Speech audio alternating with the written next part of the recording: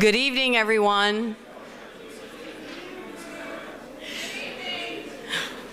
So I'm doing a little bit of a 3-minute warning so people can take their seats. I know that there may be people in the overflow rooms as well. If we don't get too packed in here, we may pull them out of the overflow rooms and invite them into the grown-up room.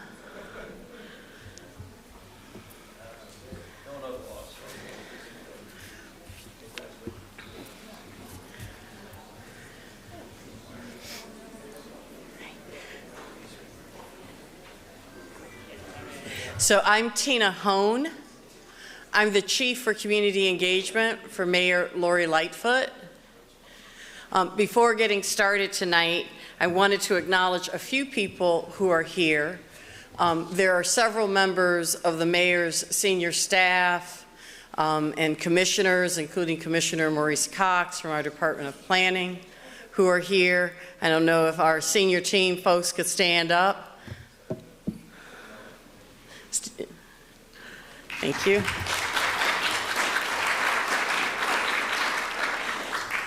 In addition, it's our privilege to be joined tonight by the chair of the newly formed Special Committee on the Casino in City Council, Chairman Tom Tunney. He's on a little bit of a tight schedule, so we're going to allow him to offer some welcome remarks. Chairman Tunney? Okay, I get that. He's a comment.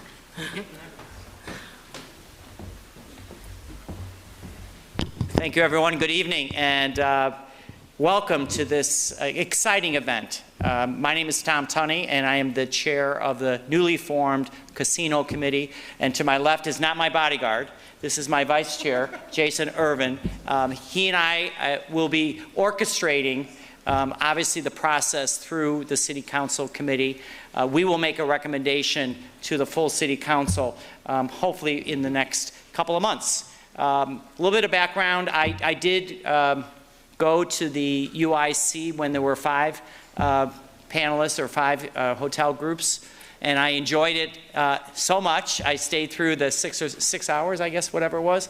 But a little bit about my background, just in general. I went to restaurant management school and hotel management at Cornell. So I think the mayor thought, well, this guy probably knows a little bit about the hospitality industry, and I've had the opportunity to own a restaurant company for over 40 years in Chicago.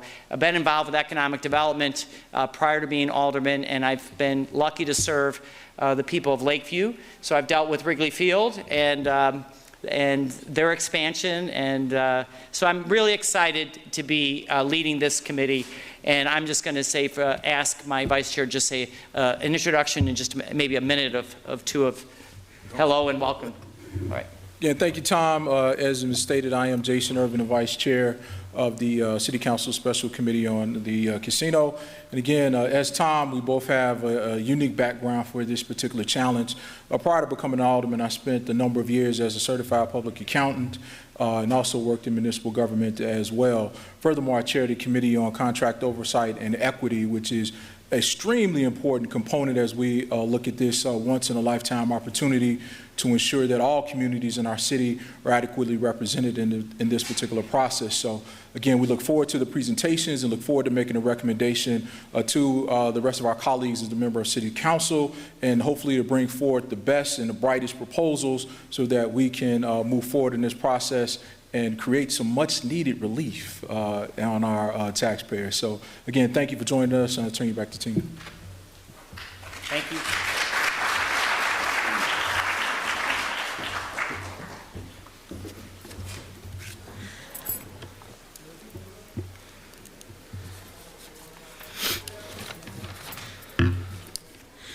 So there are several goals for tonight.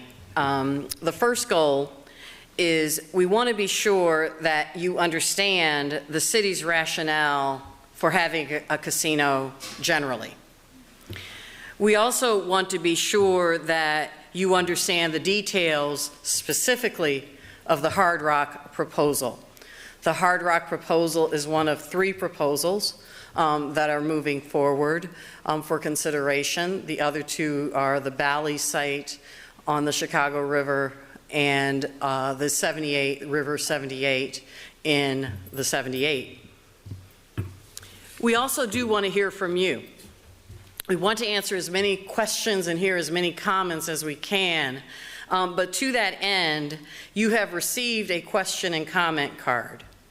That is a real question and comment card. What we find, and I have certainly found in the dozens, if not hundreds, of events like these that I have moderated, is that there are categories of questions that people care about. And rather than stay until midnight for everybody to ask what is essentially the same question, we will be grouping those like and similar questions together. We will be reading a couple of them that are emblematic of the types of questions in that category. And then we will attempt to answer as many of those questions as we can. I will also take comments and read those as well, because I know some people just have comments. And those will also be responded to. This process is not intended to censor. This process is not intended to avoid tough questions.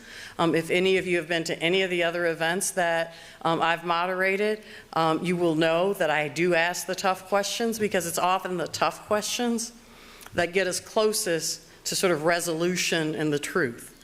And so please know that I'm not trying to censor anyone. We all want to have an honest dialogue, but we want to be efficient in that dialogue. There will be 15 minutes towards the end, roughly 15, maybe a little more, where there are 2 microphones, where any topic that has not been covered or any comment that you feel like really needs to be heard, we will have a limited opportunity to hear those as well. If it's repetitious of something we already asked, I might move on quickly from that one. When we get to that point, it'll be 1 minute for the questions, but I'm also timing the answers so that we're not running out the clock on the other side. So 1 minute for questions, 3 minutes for answers, and hopefully that will allow us to get a lot of questions in the mix. I also want to acknowledge that we know that there are many strongly held and sincere views in this room, and we honor those strongly held and sincere views. But I do want to ask us to be respectful of each other, be kind to each other. No one is trying to hurt anybody, but if we can please be kind and respectful to one another, that would be helpful. I have a pretty high tolerance. I used to teach 8th grade for sort of the transitory, goofiness. But that sustained disruption that makes it difficult for anyone to sort of continue to participate in the event, we will ask you to not do that. We're also asking you to not jump up and hold a bunch of signs. I know there are people in here with signs. I saw the signs. Remember, I'm an 8th grade teacher, got eyes in the back of my head. When that happens, again, it causes a disruption that's hard to recover from. And we got a lot of things to talk about today. And so I would ask that you try to resist holding up a sign. I can take a boo, I can take a hiss, again, transitory expressions of pleasure or displeasure are certainly welcome.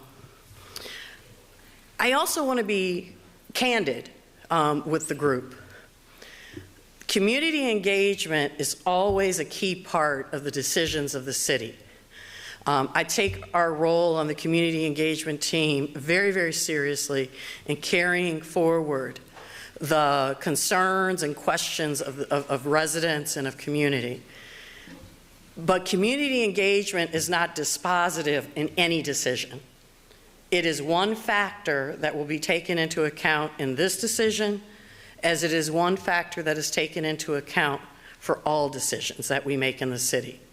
And so I know, again, there may be some strongly held views and some, screaming and hollering, but that in and of itself is not going to be the only factor considered in how we make the decision on this important project for the city.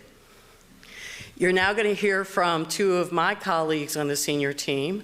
We're going to start with Deputy Mayor Samir Mayakar, who is our Deputy Mayor for Economic and Neighborhood Development.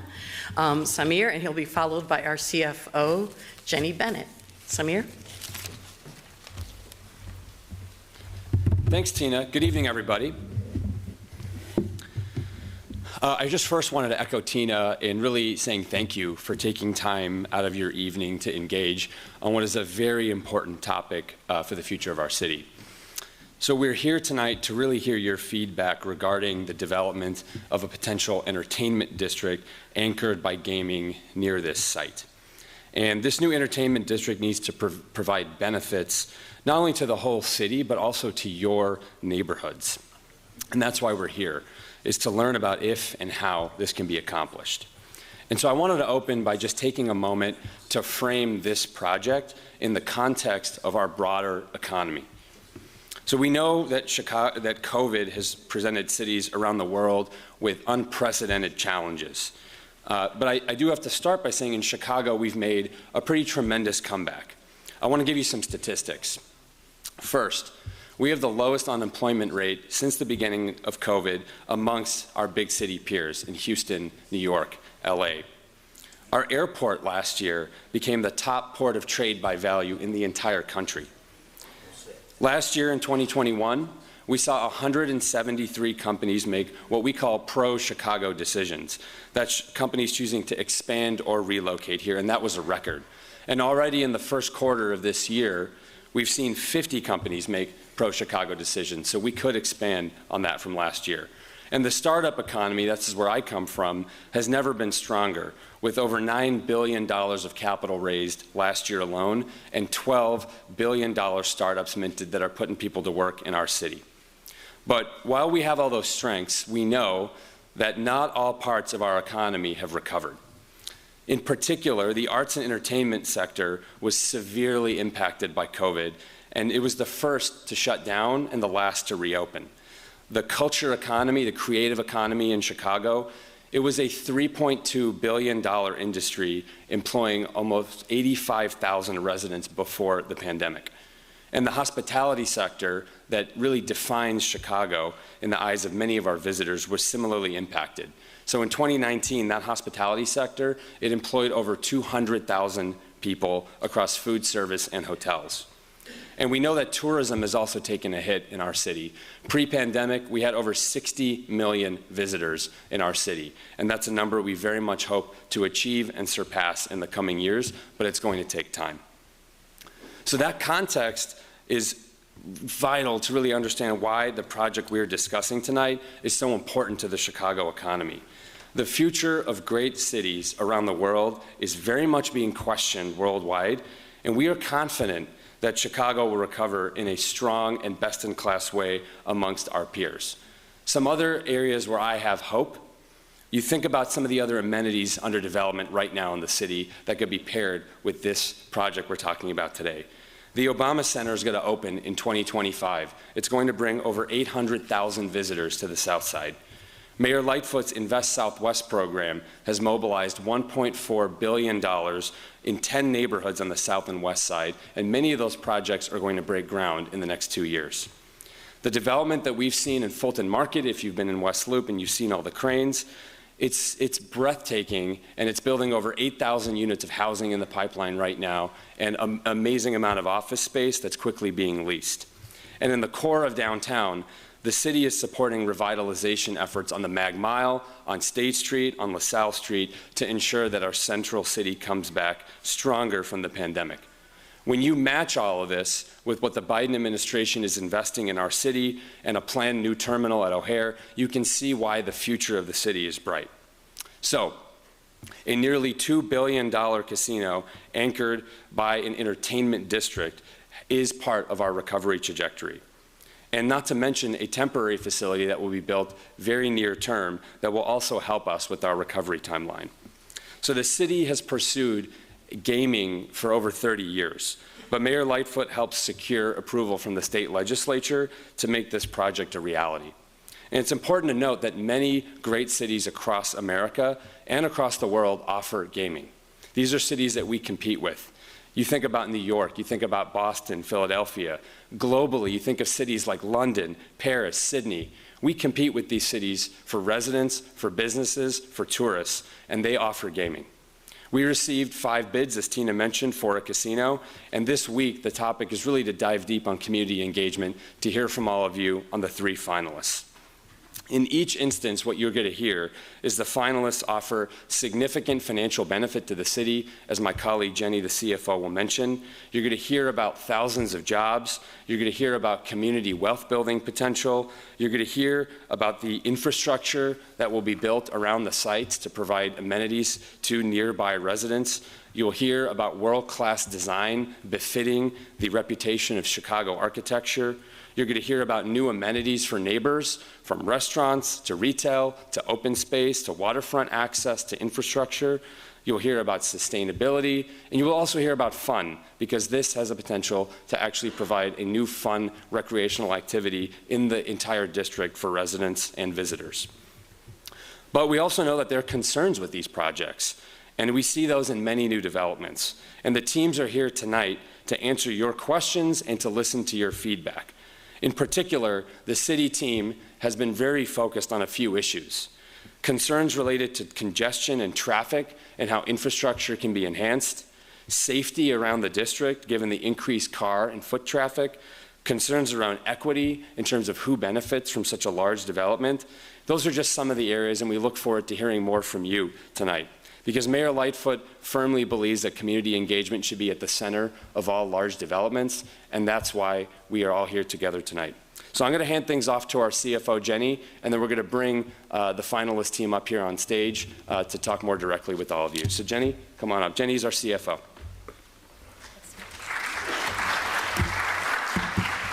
Thank you. Good evening. My name is Jenny Wong Bennett. I'm the Chief Financial Officer for the City of Chicago. I want to thank you all for investing your time with us tonight to speak about the casino project. As Samir mentioned, the City of Chicago has been pursuing a casino for nearly 3 decades, and every year that the city does not have a casino open, the gaming activity that already exists in the region goes to the state of Indiana to the tune of $331 million a year. The City of Chicago anticipates that it'll lose approximately $400 million in statewide revenues and $200 million in city revenues a year for every year the casino isn't open. You can do the math on how much lost revenues that means over the course of 3 decades. But most importantly, these are revenues that are important for essential services for the city. In addition, there are approximately $25 million in annual revenues generated for other city agencies, including Chicago Public Schools, Chicago Park District, and other critical services. This project is expected to create well-paying jobs, currently estimated at 6,835 to 19,000 new construction and operational jobs for our nearly $2 billion project. We will also work with bidders to support workforce development and create hospitality and other certification programs as a part of the development of this project. Casino revenues go to pay for police and fire pension funds and for essential city services such as public safety, streets and sanitation, among a number of other expenses. As you may know, the city has some of the poorest funded pension funds in the country. In fiscal year 2022, approximately $1.4 billion of the city's annual $2.3 billion pension fund contribution is paid for through property taxes, and approximately $329 million is paid for through the city's corporate fund. This casino project is a critical recurring revenue source to help with shoring up the city's police and fire pension funds, as well as solidify the city's overall financial health. And the revenues generated from the casino project will allow the city to avoid raising taxes, in particular property taxes, the very few of the viable alternatives for addressing a pension liability of this magnitude. Last, but most importantly for tonight, we also want to affirm that any one of these 3 proposed projects is being designed to create an attractive space for both casino and non-casino patrons alike. The city has applied an exceptionally high standard for design excellence with the goal of creating an architecturally iconic project that will integrate well with the community. Each bidder has also provided detailed plans and will present tonight a detailed presentation of the proposed project. In our time together, I hope you'll take the opportunity to hear about some of the details of the proposed project from the bidder, but also for us to be able to hear feedback from you on the project is critical as a part of this process. And at this point, I'd like to turn it over to Hard Rock Chicago to provide their presentation.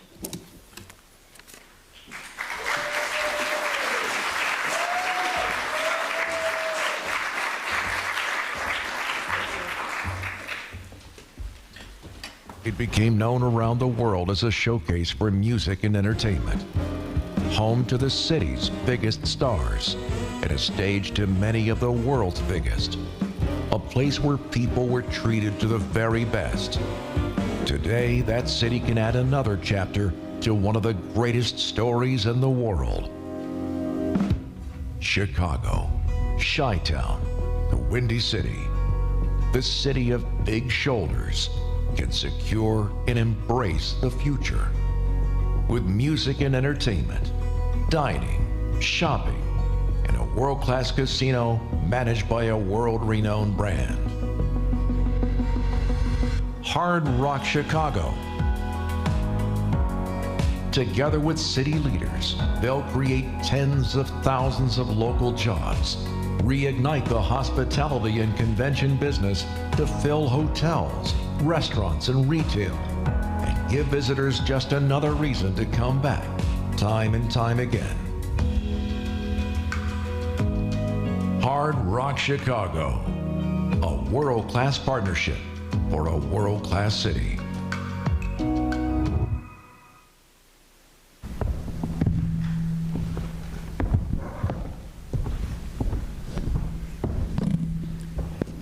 I'd like to thank everyone for coming tonight to listen to this presentation.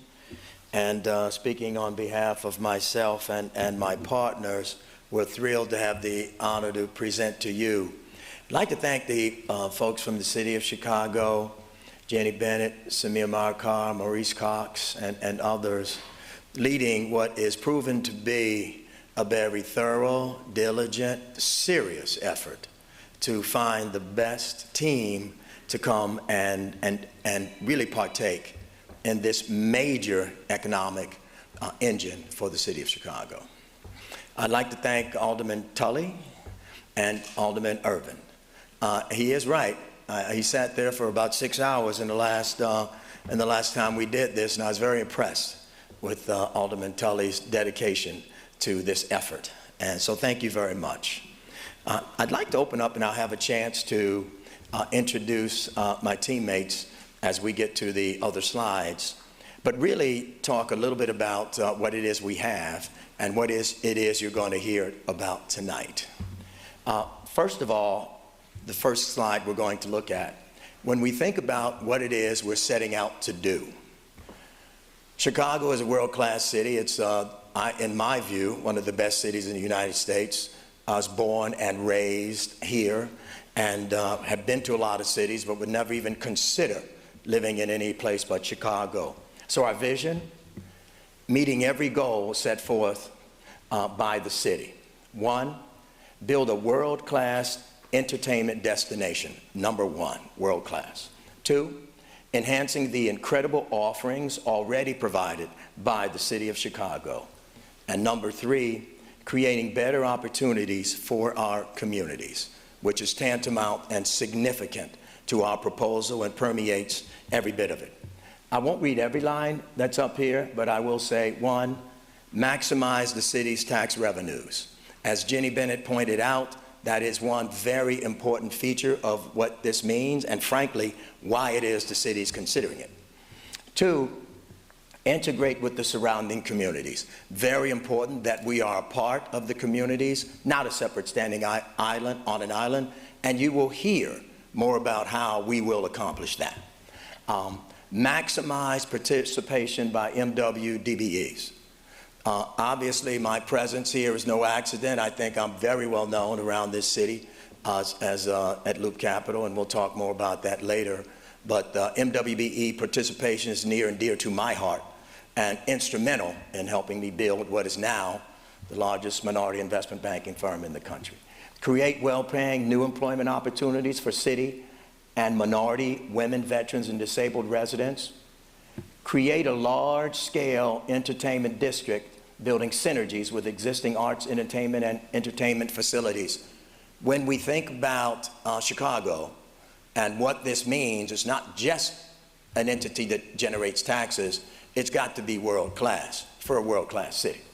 And the others, I won't spend time on all of them. Now I have an opportunity to say a word about and introduce my partners, which is really the crux of what this is here and what it means to us and you. And we're very excited about the Q&A that'll take place later. First and foremost, Landmark Development, run by Bob Dunn. Bob's one of the most innovative, creative developers in the country, and he's brought his talents and skills to the city of Chicago with various endeavors. One of the hardest working and one of the developers that when you think about tough to do projects, those are the only ones that he does, and he really is the brainchild of a lot of this. Hard Rock. When we think about the 3 finalists, and you think about the 3 finalists, and my hope is you'll visit with all of them, there's only one with a world-class brand. There's only one, and that's Hard Rock. When we think about the world of hotels, resorts, entertainment, gaming, it's Hard Rock. And when we think about the partner that Chicago should have to build the only casino in Chicago, it's Hard Rock. And Loop Capital, a firm that I started that's here in Chicago. As I said, it's the largest minority-owned investment banking firm in the country. It's one that started here, 6 people. Now we're about 300. We typically lead the financing and investment activity in the state, probably the most active investment bank in the state of Illinois. My other partners, very, very important. The Chicago Urban League, Karen Freeman Wilson, present. Thank you, Karen. Illinois Hispanic Chamber of Commerce, Jaime DiPaolo, thank you so much for being here, and the Business Leadership Council. The council started by myself and a few others that represents, and Charles Smith, current chairman, is in the audience and represents really a significant part of the African-American business community. Our community approach, which is really what it's all about. When you invest private capital in public assets, it's community approach. And that's really what drives this level of investment. Hard Rock Chicago has been designed with the future interests of those who live in and visit this great city. A project of this scope, magnitude, and civic importance demands an unprecedented level of commitment and stakeholder involvement. Here, I think this is probably one of the most important slides that I will do. Being a resident of this city, born and raised in this city, and if everybody knows me, know I talk about Inglewood all the time, that's where I'm from. This is something that we have never seen with big projects in this city. Minority involvement at the highest level of these projects. There is not in the state of Illinois a casino that has minority involvement in the general partnership. What that means is that's where all the decisions are made. That's where most of the fees are generated and paid to. When you think about the opportunities that have been given to minorities, black and brown and women in this state, they have all been in the limited partnership range, which means you have no voice in the decision making, you have no influence on the decision making, and you pay fees to the general partners. Of the other 2 groups, they have refused to allow minorities in the general partnership. I know because I've asked. And so here we will have 50% of this entity controlled by Hard Rock and 50% controlled by minorities. What that means is there will be no contracting, significant employment, jobs, decisions made on this entity, on this business, on this casino, really, that doesn't involve the influence and involvement of minorities. So when we say one of the key things and stakeholder interests in a city that's a majority minority city, it's time that we saw something like this, and we have not, and you will not, in any of the other proposals. Oh, by the way, that guy over there is Magic Johnson. That's my partner. It's rare that you see two Hall of Famers working in business. Okay, now, I get that all the time, but obviously Magic's in the Hall of Fame, but I'm in the Hall of Fame too, in my high school, Chicago Vocational High School. If you will see Jim Reynolds in the Hall of Fame. So two Hall of Famers working together. All right. This slide we're going to really get to in the Q&A section, so I won't spend a lot of time on it, but you all will have opportunities to talk about all of those key things that involve the community in all of the big decisions made around this project. So I'm excited about that. I think we're going to have Mr. Allen come up, talk about your world-class brand. I love that. I love that. Thanks, Jim.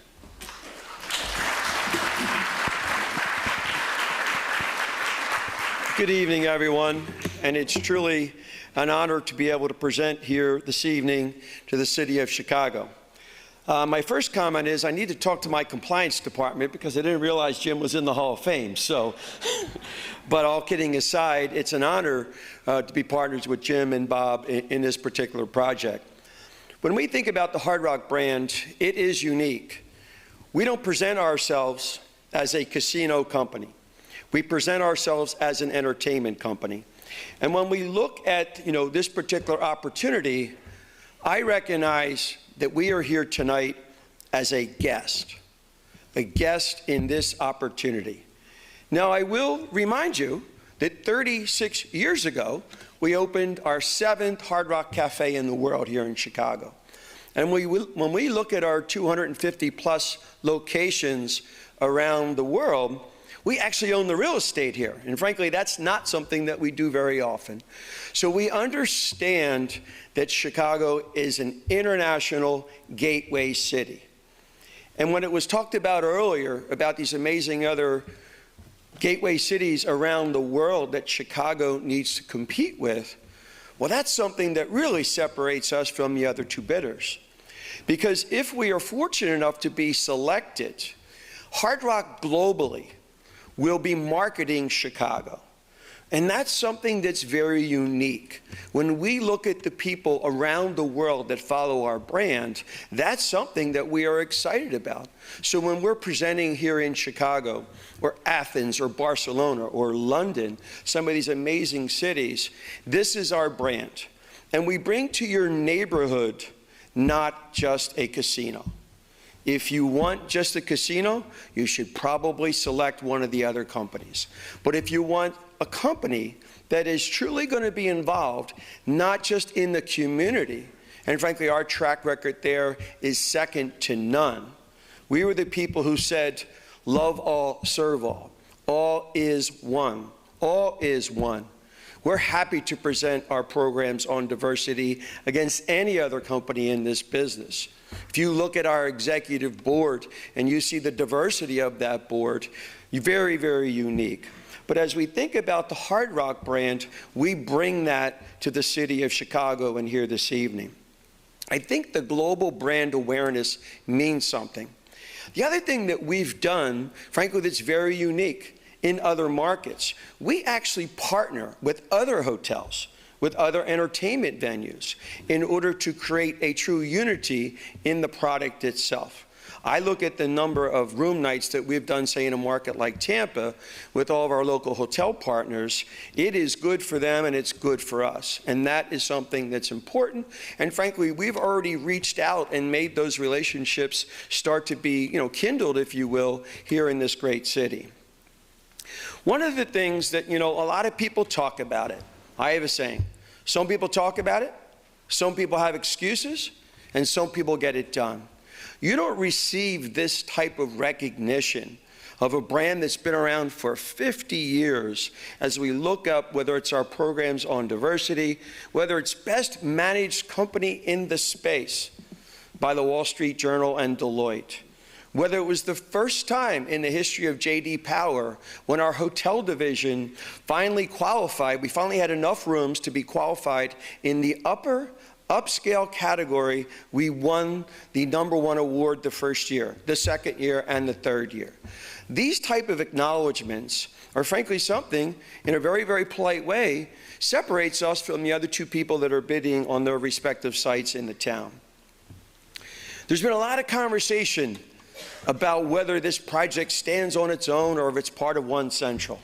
Well, we're proud to be partnered with Bob, but make no mistake, when you look at this industry and you look at ratings that come from Standard & Poor's, Fitch, and Moody's, there is no company in the history of gaming and entertainment that enjoys an investment grade rating from Moody's, Standard & Poor's, and Fitch simultaneously for over 10 years.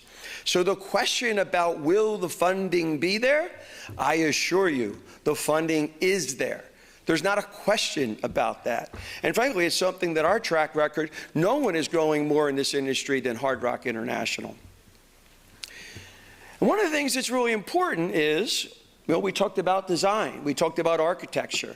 So we've tried to create a product that is very unique, but one of the most important things here, we are 100% receptive to work with the city, to work with the design teams, to make sure that if something does not feel comfortable, whether it's the city itself or local neighborhoods, entertainment districts, or other potential partners in town. We left our ego, frankly, out in the middle of the Mediterranean Sea or the Atlantic Ocean or the Pacific Ocean, because we recognize when you think about our brand, we are in 70 countries around the world. We are celebrating our 50th year. We didn't have that kind of success if we were not respectful to local culture, local currencies, local languages. And certainly an amazing city like Chicago hopefully will allow us the next opportunity to prove that we are a tremendous community partner. This particular facility, I'm not going to go through every particular line item because obviously we're on a very specific timetable here, but it is designed to be about entertainment. It's not slots in a box. It is $1.7 billion committed that we already have done. That is something that frankly is very, very unique. And we think it's something that's very important. So I think what we're going to do now is just watch a quick video of a little bit of what we're thinking about here. And hopefully you'll find it very impressed with your perception of what we're trying to create. But keep in mind, we are a partner here to learn more, obviously, as we get into the Q&A tonight. So let's watch the video.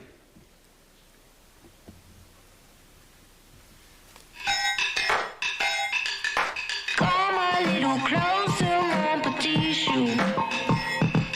Feed that fascination if you're there. Dance with my flamenco if you wanna do the tango. Anyway, anywhere. I think that I like you. I think that I like you. I think that I like you. You can clap if you like. To the beat of the music.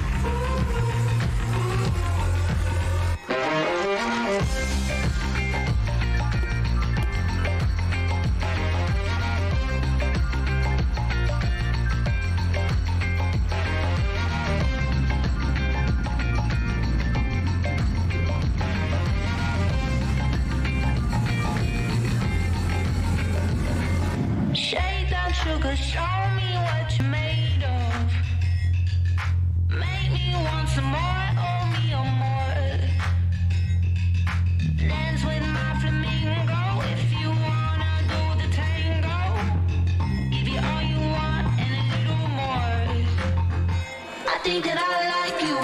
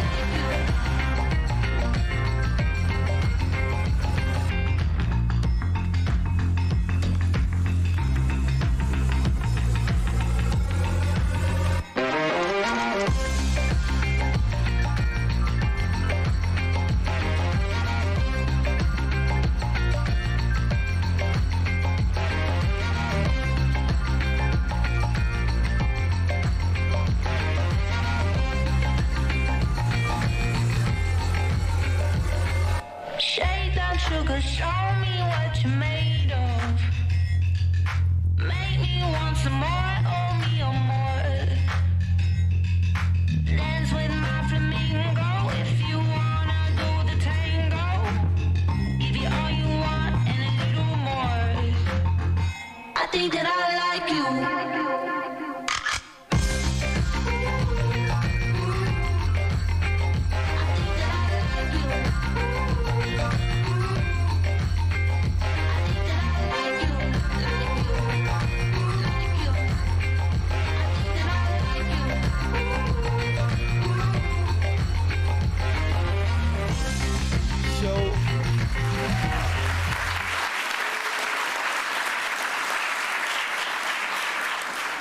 So just before Mr. Dunn comes up, a few closing comments I think that are so important. First of all, when you look at that fly-through, the building will start with a palette of conversation with the history of the city of Chicago. Who is famous in this city? Who came from the local neighborhoods in the category of music and arts? And how do we work with them to incorporate that into our memorabilia collection? The story that we want people to see from around the globe when they come to Hard Rock Chicago. We own the world's largest music memorabilia collection. And make no mistake, there are amazing pieces that are worth millions of dollars. But some of our most prized possessions are people that are from local neighborhoods, local culture, that have made their mark in their own hometown. That will be part of this design. And once again, that is something that separates for us from the competition. Now, as I close, I'm going to talk a little bit about community, but the one thing that's important, I have a saying, having done it successfully, having done it successfully in a similar opening environment and scope. So I asked the question, what is the experience level of Hard Rock International at its ability to build, design, on time, hire close to 4,000 people, curate over 5,000 construction jobs? Our ability there is second to none. And I think it is for those that are here from the community neighborhoods, that may not be as much or significant and important to you, but it certainly is for the people that make the decisions.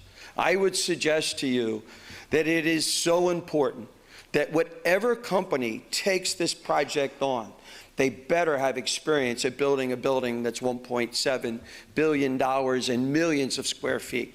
Because if you haven't done it before, and I can assure you we have, this just is a sampling of over $10 billion in projects that we've done recently. This doesn't even include the $3 billion project we just announced in Las Vegas a few weeks back. So community benefits, it's simple. 1974, I started in this industry at the bottom. I've been homeless. I saw my parents lose everything. I have a compassion for people of all walks of life to give them opportunity. When we opened Hard Rock Atlantic City, people said, Jim, you'll never make a penny. I said, you know what? We'll prove you wrong. The first thing we did was go into the neighborhoods. The second thing we did was meet with all the ministers of all the churches. And we said, we want to employ the local population. And we were incredibly successful. So the first year ends, and guess what? We didn't make a penny. Don't worry, Bob, don't worry.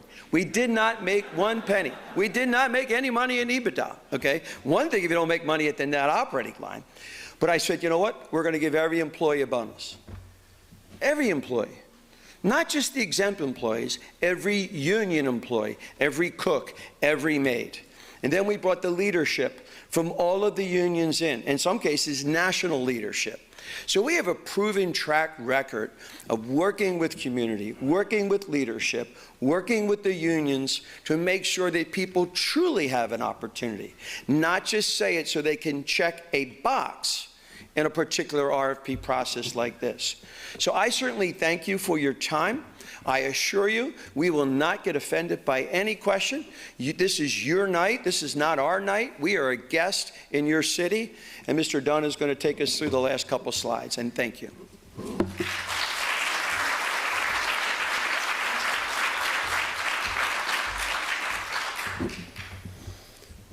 Good evening.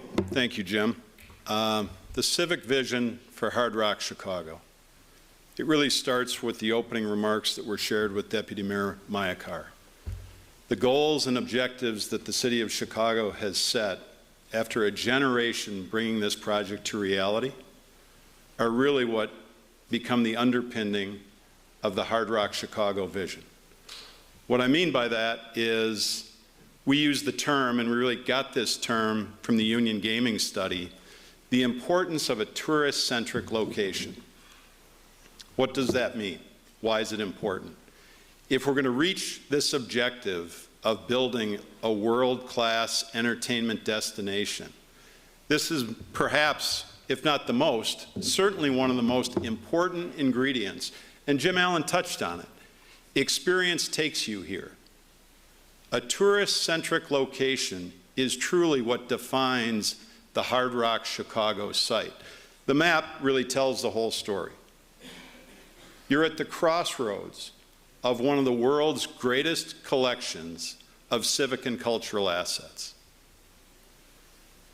Those assets bring upwards of 50 million visitors a year into the city of Chicago. When you take those realities and you tie them together with a regional transportation network designed to support this type of destination asset, and then you think of this in the context of how Hard Rock Chicago really can become an anchor as a gateway to opening up opportunity for jobs, employment, and equity across South and West Side neighborhoods that have not seen this kind of investment ever. That defines a tourist-centric location. That cannot be realized 8 blocks or 18 blocks away. Jim Allen characterized a casino at a location like that is more like slots in a box. The Hard Rock Chicago Casino, because of its location and because of the ability to tie it together with those things that really characterize what makes Chicago an incredible international city, that's what's unique about this location, that's what's unique about this proposal. And to marry that with the Hard Rock brand that has a reach to all corners of this globe, that's an opportunity that strikes at the center of every one of the city's goals. And after a generation in putting this together to maximize the city's revenue and to address every one of those goals, I would argue, based on experience, there's only one place that that can be accomplished. The next point is really about speed to market. It's important that this project move rapidly to meet the objectives set out by the city. Well, one point that I want to make absolutely clear, we've had many questions on this. Jim touched on it. Hard Rock Chicago is in no way tethered to the development or financing of the broader One Central project. They're distinct projects. That's important because we've spent months working with Hard Rock, working through the design, the engineering, the financing, the operations. We've put together a plan that gives this project the ability to move rapidly to become a reality. It's among the city's highest priorities, and we've focused a great deal of attention on that. And what makes that possible is the simple fact that because of all the things that surround this site, a massive amount of parking, a road and rail network that's already in place and established, utilities, other infrastructure, it gives us the ability to bring the Hard Rock Chicago to the city now and not be dependent on a One Central or any other form of financing or any other variable that oftentimes can stand in the way of making a project like this a reality. So those are the last 2 points that we want to touch on. I look forward to answering your questions. We're going to run one last short video, and then we'll open it up to your questions. Thank you. that have been underserved for decades. You have some areas on the south side and the west sides of the city that have not been developed since, Dr. King marched here in the 50s and 60s. We need a boost. We need something to bring back jobs in our community, especially the underprivileged communities, where jobs have always been lacking. But everything that we've been through this pandemic and the starving out of business over the last couple of years, this is the vitamin shot that we need to partner and build relationships with a world-class company such as Hard Rock Casino. As you know, we've had business interruption in Chicago, and with Hard Rock bringing the jobs and the opportunities, this would greatly impact our neighborhoods. An opportunity like this will give a great chance for the city to turn it around, to come back. You know what I mean? The big comeback, so to speak. It's nothing like Hard Rock. Somebody like Hard Rock, who has such a rich history, really belongs in a city of big shoulders like Chicago. They have what it takes to stand amongst the big guys. You know you're going to get the right thing with that Hard Rock. It already has that reputation. It's like people in Chicago will embrace it because they know it, and yeah, I think it'd be a great idea. Hard Rock is very iconic, and a lot of people know Hard Rock for the music. That's one thing I love about Chicago is you get music from all over, and I think Hard Rock would just next level. Chicago should do everything it can to invest and become a destination and a place that people really want to come to and enjoy, and there's good reasons for them to come and spend some time here. Chicago, one, is the birthplace for gospel music. It's the birthplace for jazz. It's the birthplace for blues. It's the birthplace for house. I love Chicago. There's no other. We are the trendsetters in my eyes, of the whole world. If it passes here in Chicago, it can make it anywhere in the world. We can think big and we can dream big. I'm for it. I think it's awesome. This is the greatest city, and if you can't do it in Chicago, you can't do it anywhere.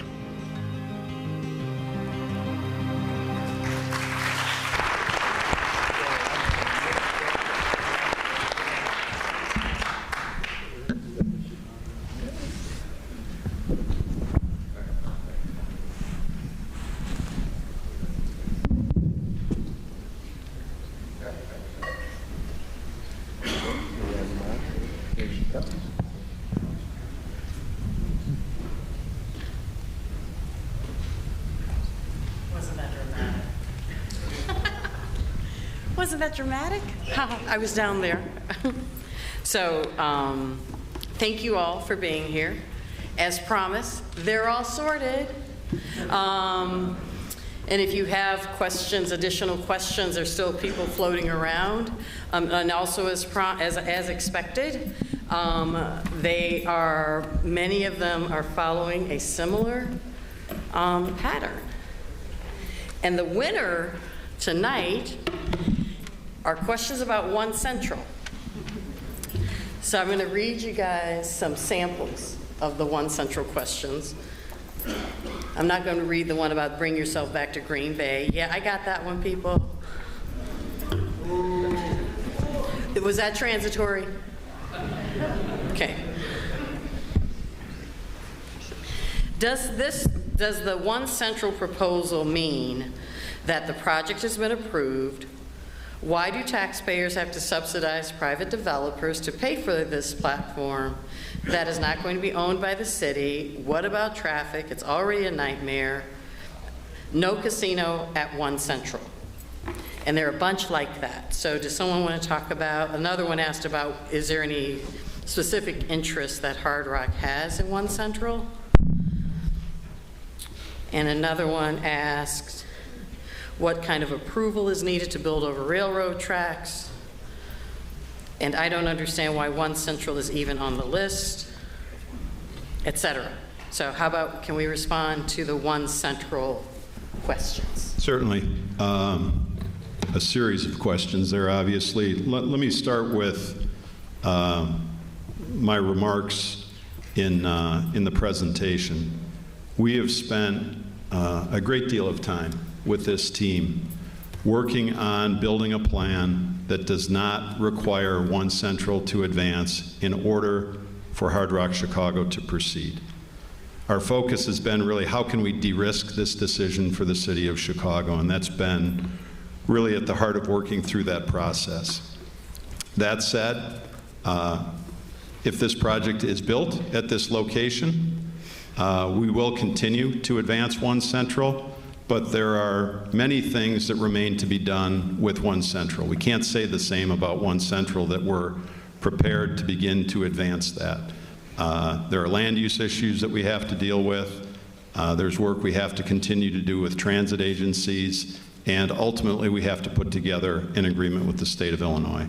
So those things remain ahead of us, and because of those issues and many others, that's what really brought us to this point of figuring out, is there a way that we can uncouple Hard Rock Chicago from the balance of the development? And as I said in my remarks, what gives us the ability to do that is Hard Rock Chicago is at the south end of the site, where we don't have the same intersection with rail and the more complex infrastructure that exists and will be built to the north, meaning there's a massive amount of parking already in place. There's a major diamond interchange at 18th Street that frankly was built for game day, a generator of traffic way beyond what a casino would generate. There's utilities. Those things are already in place, and because of that, that infrastructure doesn't need to be built as part of Hard Rock Chicago in the same manner that that infrastructure would have to be built at one of the other two locations. So a lot of effort has gone into this. With respect to the financing, that's a subject unto itself, the financing of One Central.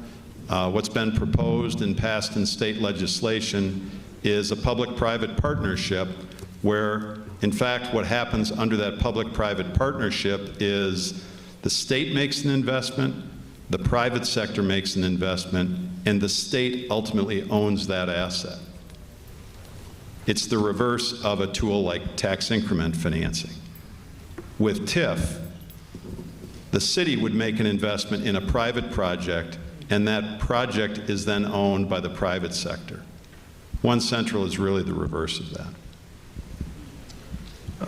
Bob, I have a few comments, and we certainly respect the question, and we have heard, frankly, for months that this is an issue that there is of concern. But I think it's very important. Bob, Jim, Luke Capital, Hard Rock International are going to write an equity check in excess of $400 million. That money's there. And we have a highly confident letter from Credit Suisse that the debt associated with this, remember, we can't jeopardize our investment grade ratings for any individual project.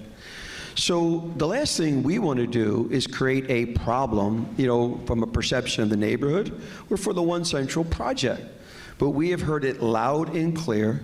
And let me make it clear, as the chairman and CEO of Hard Rock International, and frankly, an equity owner in the company, we have nothing to do with the massive project of One Central. That is something, that residential, all of those things, that's separate from us. We are here this evening presenting an entertainment destination resort with a tremendous partner that has minority representation and a track record like we do.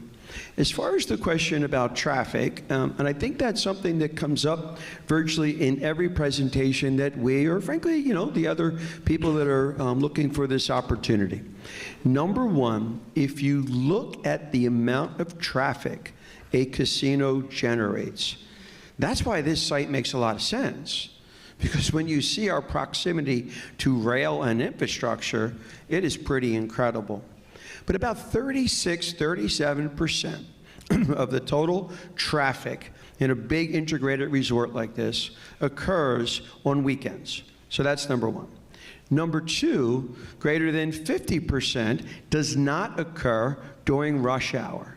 So when we have a specific entertainment event, say in Hard Rock Live, yes, that will attract, say, 3,000 people or whatever the final size of the room is, because candidly, recently we've heard some information about, are we making it too big? And we want to work with local theaters to make sure that we don't do something that hurts those businesses. So we have tremendous flexibility there. Hard Rock Stadium is 62,000. You know, we have rooms that are as small as 1,000. So we have a lot of flexibility there.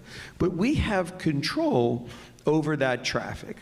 Our database is what drives this conversation. And we will be in excess of 75% rated play. Based upon that, we then can market based upon certain hours and time of day.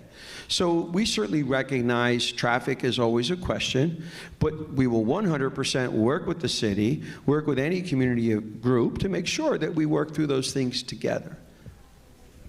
Jim, just to add to the comment on traffic and transit, it really underscores this point of a tourist-centric location. You're on a major state highway that connects to federal highway infrastructure. That's the point of arrival. The other two proposed sites bring you to the front door by way of city streets. The other point that's important to understand is, with the existing infrastructure that will serve Hard Rock Chicago, the Metro Electric service and the busway was built many years ago to move thousands of people a day from the core of the city to McCormick Place. That's there now. The ability to use the busway to create connections to all the civic and cultural assets, keep cars off the street, move people to the Thompson Center, to CTA, and leverage what already exists with Metra. That gives us the ability to mitigate traffic impacts at peak periods and non-peak periods. I've had a lot of experience with this with stadiums and other major civic assets like this.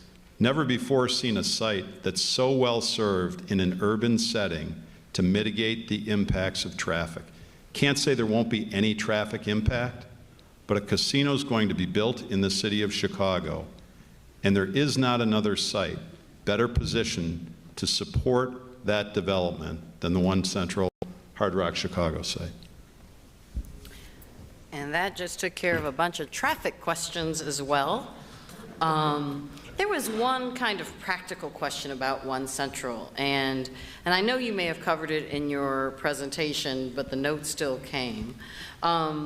If you construct the casino at One Central, how close will the structures be to existing homes?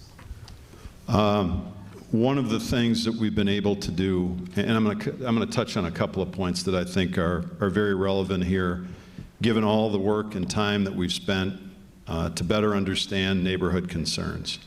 The Hard Rock Chicago project has been positioned as far east on the site as that building can be positioned, particularly the tower, moving it as far away from the residential buildings to the west.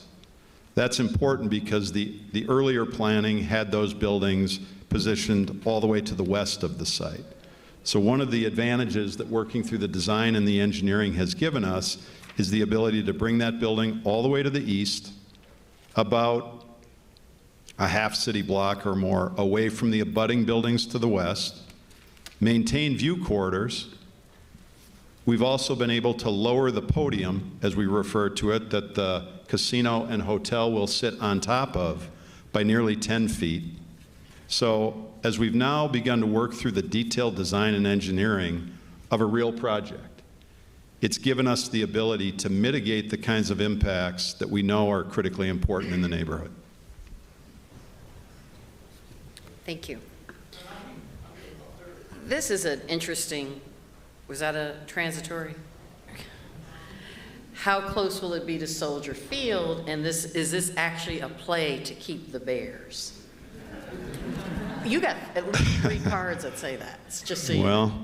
Having built the other 3 stadiums in the North Division of the National Football League, it is an area that we have real experience with. I can't comment on Soldier Field and the Bears, but the distance from Soldier Field, if you think about the position of that building and the ramp that sits south of Soldier Field, the parking ramp, immediately south of the stadium, Then you come to the 18th Street interchange.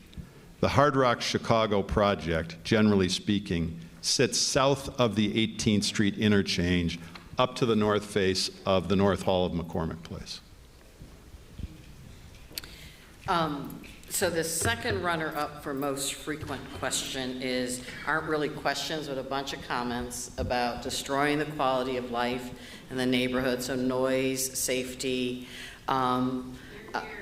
bringing in, go ahead, do your thing, that's transitory. Okay, cool. Putting our families at risk, bringing in crime and that sort of thing. You don't actually have to respond to that. These were actually comments. But I try to be fair and make sure I note those comments. But what is always fun to me when I get those comments are the other comments. And this happens all the times in violence prevention. They're defund the police, and then there's the other group, where are my police? We moved to the city a few years ago, and we want to be part of this dynamic city environment. We think more venues, more attractions, more jobs add to the city and keep crime at bay. Can you tell us more about the entertainment and amenities that you plan to build that can help us achieve those goals? Sure. I think that was part of my opening comments, that the Hard Rock brand is not just about gaming. So certainly we look at this, with a tremendous, phase one of 500 hotel rooms, including a mix of, suites, certainly world-class category.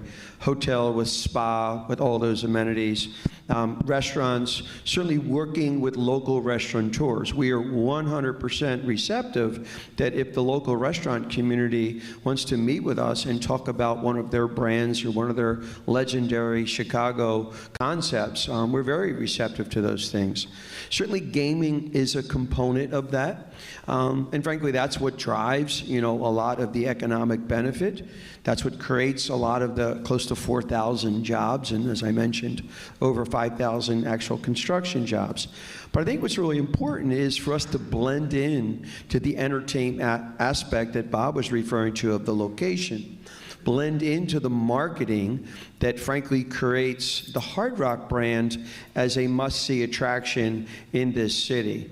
And when we look at music, there's one thing we can submit to you this evening that truly is different. Has anybody ever listened to a song and had their mood change? Whether it's happy, whether it's sad, remembering a family member, remember a special holiday and anniversary. Music is in all of our DNAs, and there is only one brand in the world that represents all cultures, all types of music. That is who we are. Our partnership with Rock Nation, who you may or may not know, is Jay-Z. And, the list of artists that they have, and certainly people know Rihanna and Alicia Keys, but when we look at young people, trying to make their way into this amazing opportunity of the music world, that's something that Hard Rock already has those partnerships. Yes, the Rolling Stones did their last show in North America at a Hard Rock location. But it's important for us to create that dynamic of being part of the community, make sure that entertainment shows music and the history, the story of music, specifically Ground Zero here in Chicago, when you think about blues and jazz and so many different amazing things, that becomes part of this destination.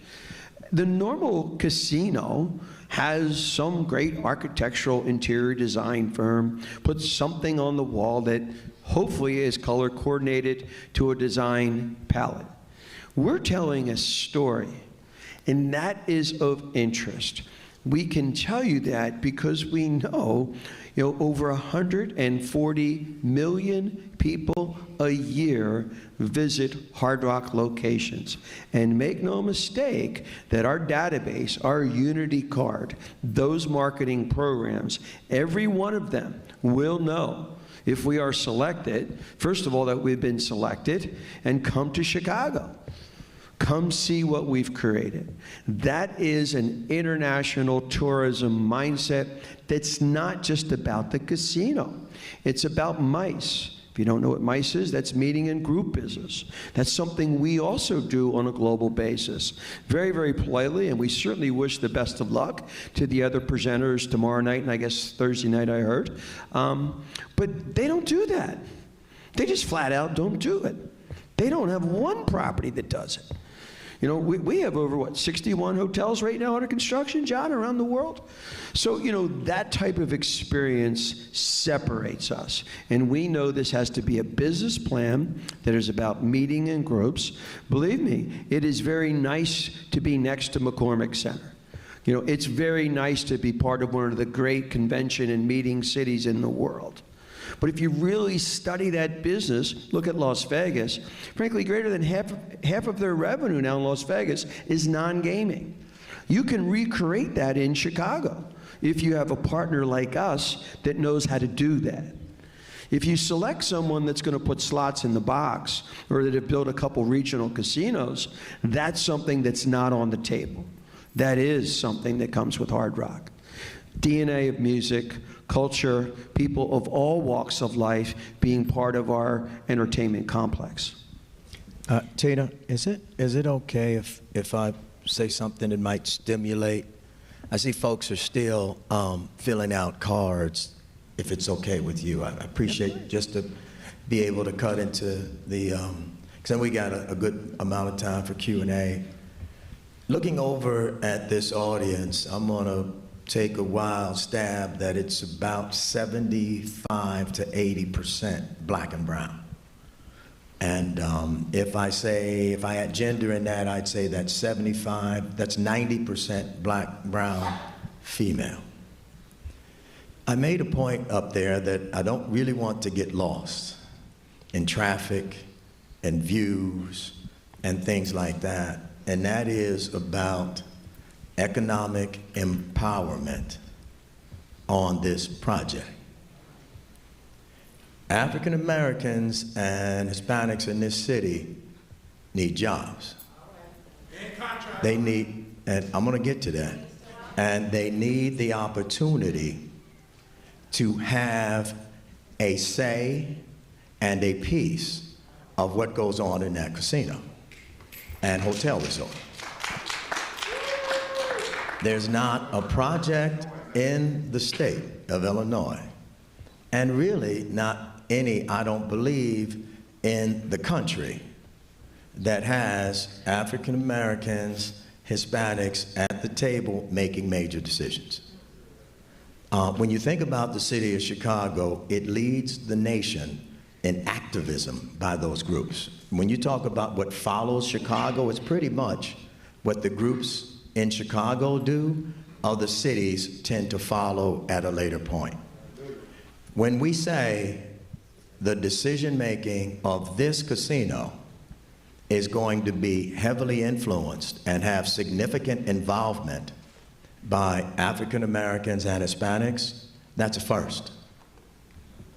Now, when you think about what that actually means, that means who gets the contracts? What construction companies, what accounting firms, what transportation companies, what technology firms, you name the businesses. It also means who gets the jobs.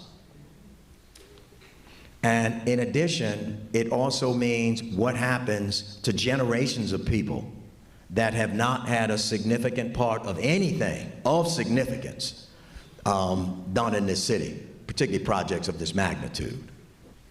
So we're talking about something that is revolutionary, not done before by folks that can do it. We also have one other feature, and I just want to mention it because I didn't in my earlier comments. And it was, okay, Jim, we're going to have participation by rich African and African American and Hispanic investors investing in this deal. What about regular folks? We're going to create an entity, a vehicle, for anybody, $500, $1,000, that can invest. Go ahead and clap. Go ahead, man. You go ahead. That's why I like my sisters. They don't play around. They tell you What's up? But they're going to be able to invest, small denominations, 500s, 250s. We're going to find out how low we can go. In addition to them investing, because it was pointed out, there's nothing guaranteed in this. You may or may not make money. We hope we do. These investors will be paid first. Any profits that come to this entity will be distributed to the small investors first, before the big investors get paid back. And so when we talk about something that is inclusive, that's transformation, that's empowering, that's a lot of what we're talking about here. There's going to be traffic no matter where you put this thing. There's no doubt about it. But is there going to be this level of engagement? This level of participation? This level of economic impact for the communities that are around it? So I want to make sure we don't get lost with that point. I just want to add one other item to that. And certainly it's an honor, to be partnered here with Jim and Bob. And it really is a partnership. But let me give you another statistic that I would suggest you compare to the other two companies that are interested. So our executive team of Hard Rock and Seminole Gaming on a global basis is comprised of the following: 4 people of color, 2 people of Asian descent, 1 person of Middle Eastern descent, 5 females, and 5 white males.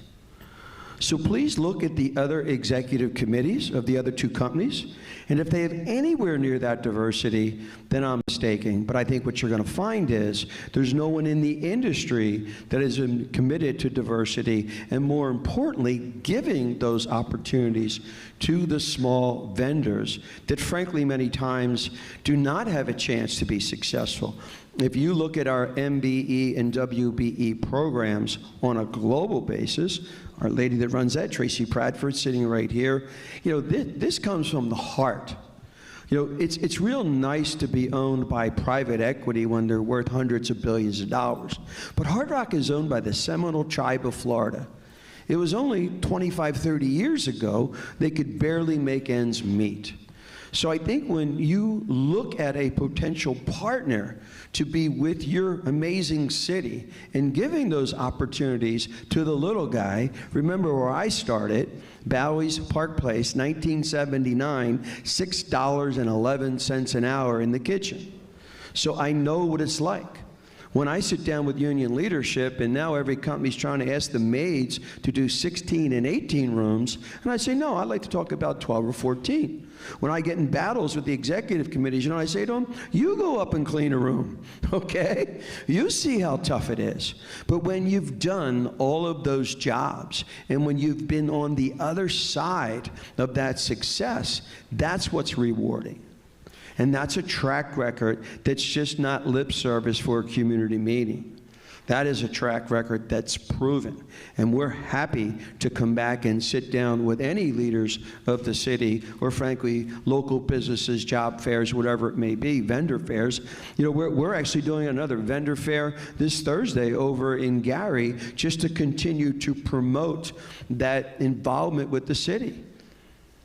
I mean, why would we do that if we were not committed? I'm sorry. Mr. Chairman, so I did a whole little speech to this group about respecting the process.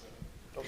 This is a Q&A section, not a section for you guys to continue your presentation.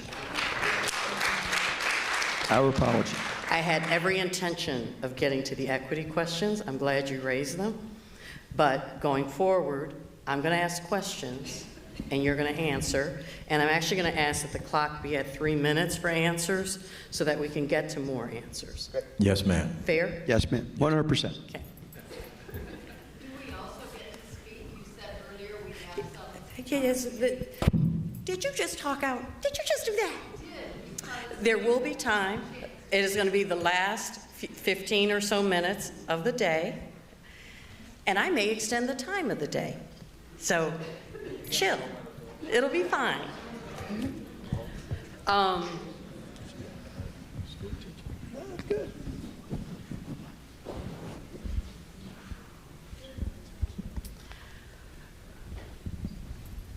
You had talked about some big stars that had come to the Hard Rock, and they were fabulous, but we have a few questions from local artists. Some have said that in Northwest Indiana, the local artists didn't get a chance to perform.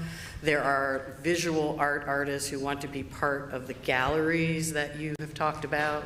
Can you talk about how you're going to work with local artists to make sure they have a chance to be part of this part of the magic of Hard Rock? Sure. If we are fortunate enough to be selected, we start with our memo team. And, we have a group of employees that will actually come into Chicago, meet with local artists, meet with local culture to try to understand that history. Candidly, we've already done some of that. We actually do have some pieces that are here tonight in the reception area itself. So I think that's where the palette starts.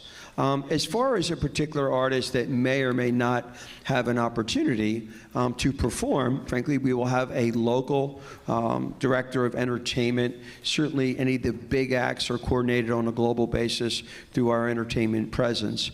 But one of the great things about the site is there's many different locations within the entertainment complex where you can have someone that, is more of a star, if you will, versus local individuals playing in lounges. So I think it's more about, having availability to the community, and we would be happy to, frankly, conduct a particular entertainment night, if you will, so that we meet those people traditionally like what we do with vendor fairs or job fairs. Thank you. Does your diversity and inclusion plan include a plan to work with disabled laborers? Yes. There's an organization called Wings that's in the house.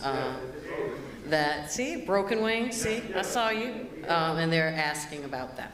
Well, 100%. There have been a couple of questions that are interesting about creating either an expert panel or a community review board or some type of monitor to keep an eye on crime and traffic or crime and unrest. Are these types of expert panels or review boards something Hard Rock would support? I think, we certainly have heard different ideas in different cities. I think the first thing we would start with is obviously the local neighborhood community watches, obviously the police department, and then working that in conjunction with our security department and surveillance department. When you look at the technology that's now available, and frankly, we were an industry leader, specifically like with COVID, right? First thing we said was, what's the most important thing? Is the employees, the tribal members, and our guests. So we went out and invested, frankly, over $100 million in programs associated with safety. And one of the things we utilized was body imaging, facial recognition. If you go into a Hard Rock location now, we actually have readers that pick up people's license plates so that if there is someone that has a wanted felon or any of those things, that we're working and communicating with those things, frankly, on a real-time basis. So I think those things and security in these type of projects are extremely important. I certainly recognize the question of crime. Remember, crime is not good for any of us, so it's imperative for us to work together on that particular topic. I'll also chime in with that answer. Having strong relationships with the police department, really being close to the mayor's efforts to strengthen the police departments, and the police department, Superintendent Brown's stated goals of really being closer to the community. My expectation is we'll be working very, very closely with Chicago police. I saw Glenn Brooks is in the audience, and Superintendent Brown is a very well respected and actually friend. We will be assisting the police department with various and sundry efforts to do funds, fundraising, things that assist them and from our side at least, do the things that they need to do. We already know that the police department budget is pretty much strapped. I think over 90% of their budget is personnel. And so when you think about the business support that could be rendered there, that could assist this and other parts of the city, I think that would be something we would look at.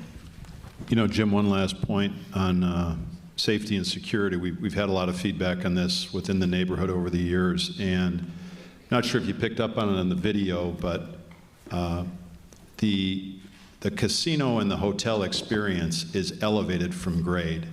Important because when we build things like stadiums and what have you, a lot of the elements of control that we work with are how you move people vertically. And so different than the other two sites, by having that guest experience elevated in a controlled environment, it doesn't provide for the ability to come and go without being handled through a secure environment. What is the estimated time from breaking ground to grand opening? The actual construction of a project like this, and obviously as Bob alluded to, there's been a lot of work done, will be a minimum of 30 months.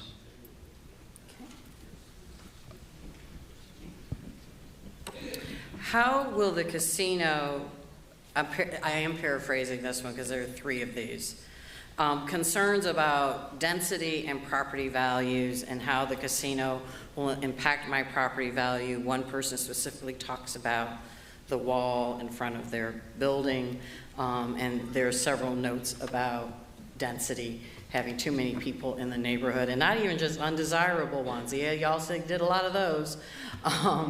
So. I can speak to that. As we've gone through this process with Hard Rock, we've looked at it in the broader context of what the overall plan and master plan will be for One Central, but specifically with respect to Hard Rock, from the initial versions of master plan at this end of the site, several important things have happened. I mentioned some earlier, the shifting of the buildings to the east, preserving the view quarters, lowering the podium by 10 feet. And along with that, as we've advanced the thinking and the design and the engineering through Hard Rock, we have also begun to alter our master plan to lower the overall density related to One Central by a considerable amount. That's probably been the dominant issue that we've heard from the neighborhood. Now, the benefit that we've gotten out of this process is it's put us into a more detailed design and engineering effort so we can think through how these projects relate to the podium and how the eventual vertical development will occur and what the appropriate densities are to do things like protecting view quarters, the things that we know are important within the neighborhood. So 2 last questions before microphones are there, go run for them, before we open it up to the community. Sure, I can speak to that. We've done a considerable amount of study. JLL, AECOM, for instance, have been working with us over a considerable period of time to look at how this type of asset built in a neighborhood in an urban area, particularly looking at something like Hard Rock Chicago that brings entertainment, dining, music, how does that impact a neighborhood from a property value standpoint?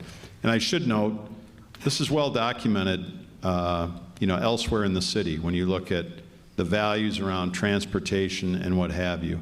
The point I'm getting to is when you look at that analysis, what it shows is tomorrow's urban resident, more than ever before, is placing greater value on the type of urban amenities that we're talking about this evening.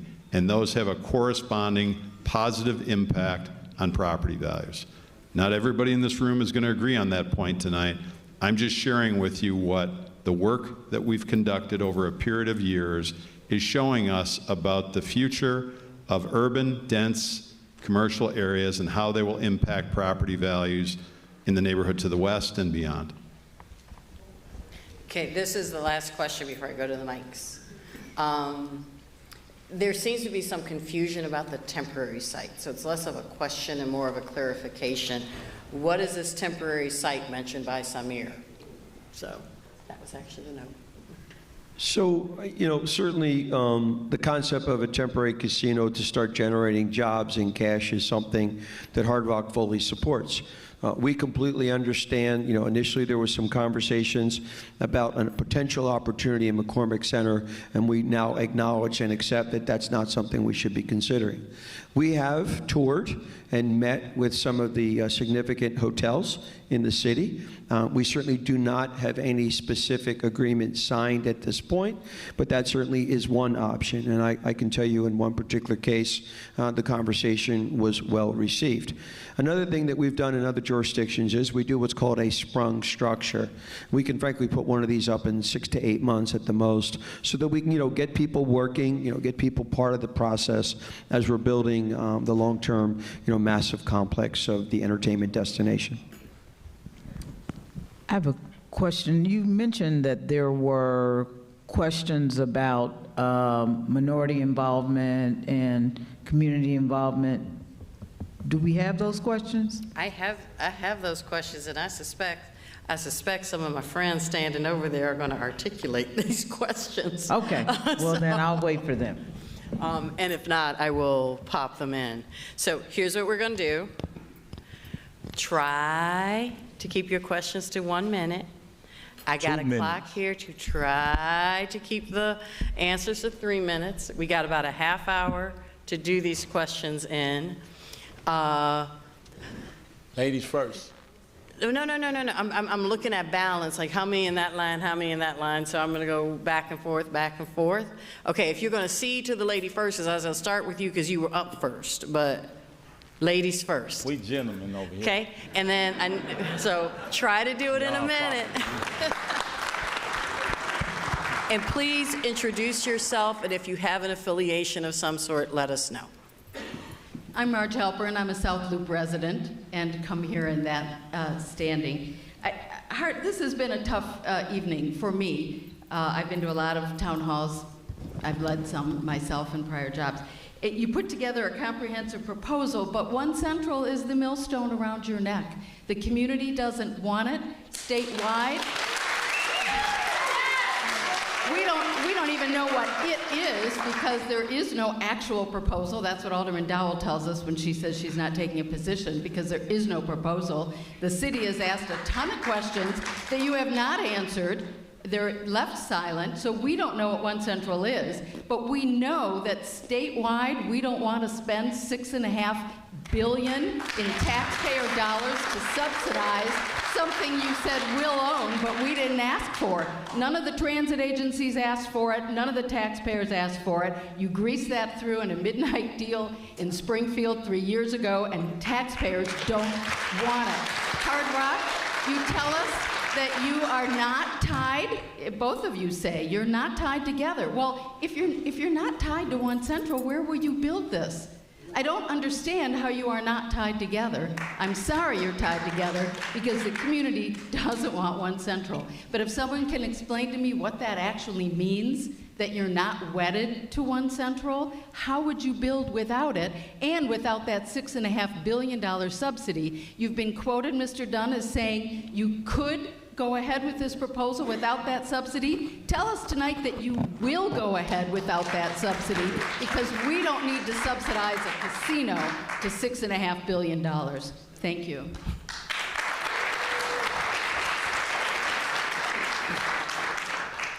Let me answer that question 2 ways. With respect to moving ahead with Hard Rock Chicago, Jim Allen touched on it.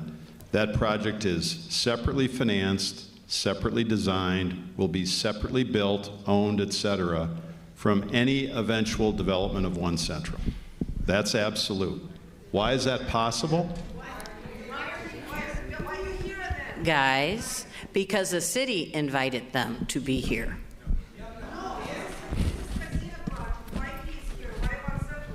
So to be clear on that point, it's our site.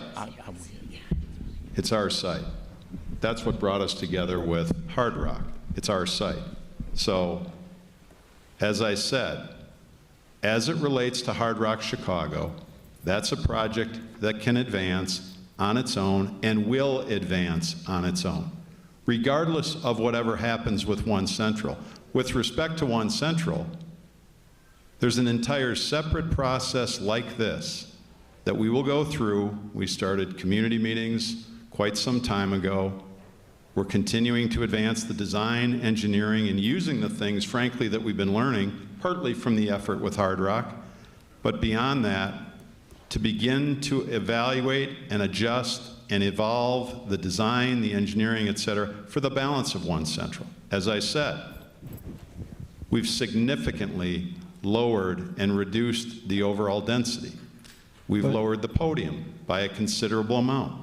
Those things provide for a reduction of traffic and a number of other things that we've heard concerns about. So there shouldn't be any lack of clarity. Well, and Bob, because we have a minute, I want to make sure Hard Rock comments on this. So I'll make it real simple.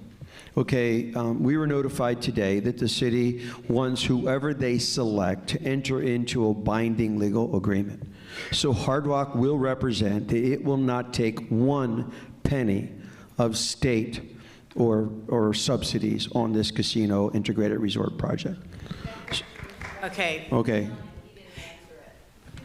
That is very clear from all the notes that we got.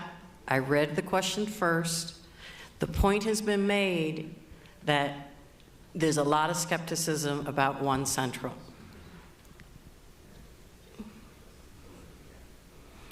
I don't think we need to belabor that. Next, please introduce yourself and your organization. Thank you, thank you. My name is Tyrone Muhammad. I'm the executive director and founder for ex-con for Community and Social Change. That's ECCSC. It's violence prevention, prison reform, social justice, mentor, behavior modification of at-risk youth. Mr. Jim Allen and Jim Reynolds. This room looked just like the room of the cannabis discussion in our city. White people, very small minority of black, and especially the black men who's been affected by the war on drugs. You know it, 80s, Reagan, 94 Clinton crime bill. We are standing here before you, Mr. Allen, to say that this is not just a world-class city, but it's the world-class violent city. Over 1,000 deaths, and we do a lot of violence prevention, probably preventing over or intervening over 300 shootings in the city in the last 2 years, and y'all don't hear nothing about it. Y'all safe, probably because of the work we do. Yet, we're never at these tables to give economic opportunity to young men. I'm not talking about Brown, because when I ride these sites, these billions of dollars of construction sites down here, I see white and Latino. I don't see black men on these sites, Mr. Wren. And by the way, with all due respect, you've already broken your word to me and us as a community, because Jesse Jackson, Leon Finney, and you said you would help us reduce violence, and we haven't heard anything from them. Okay. That's the bad start, and we ought to believe that they care about our public safety.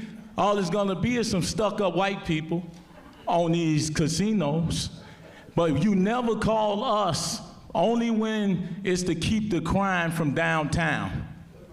This is unacceptable. You can't call us to the table to reduce violence, but never call us to the table to share in the economic opportunities of this city.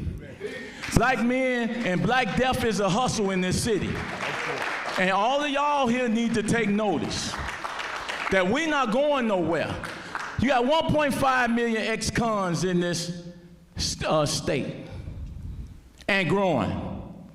Graveyards and prisons can't be our only lot in life. We at war, and we're gonna let y'all know that. And out of respect for my sister in the mayor's office, I said I wouldn't do too much. But I'm telling y'all, this gotta change, y'all. None of us gonna be at peace. And that's serious. They don't have a real community benefit to help us right now.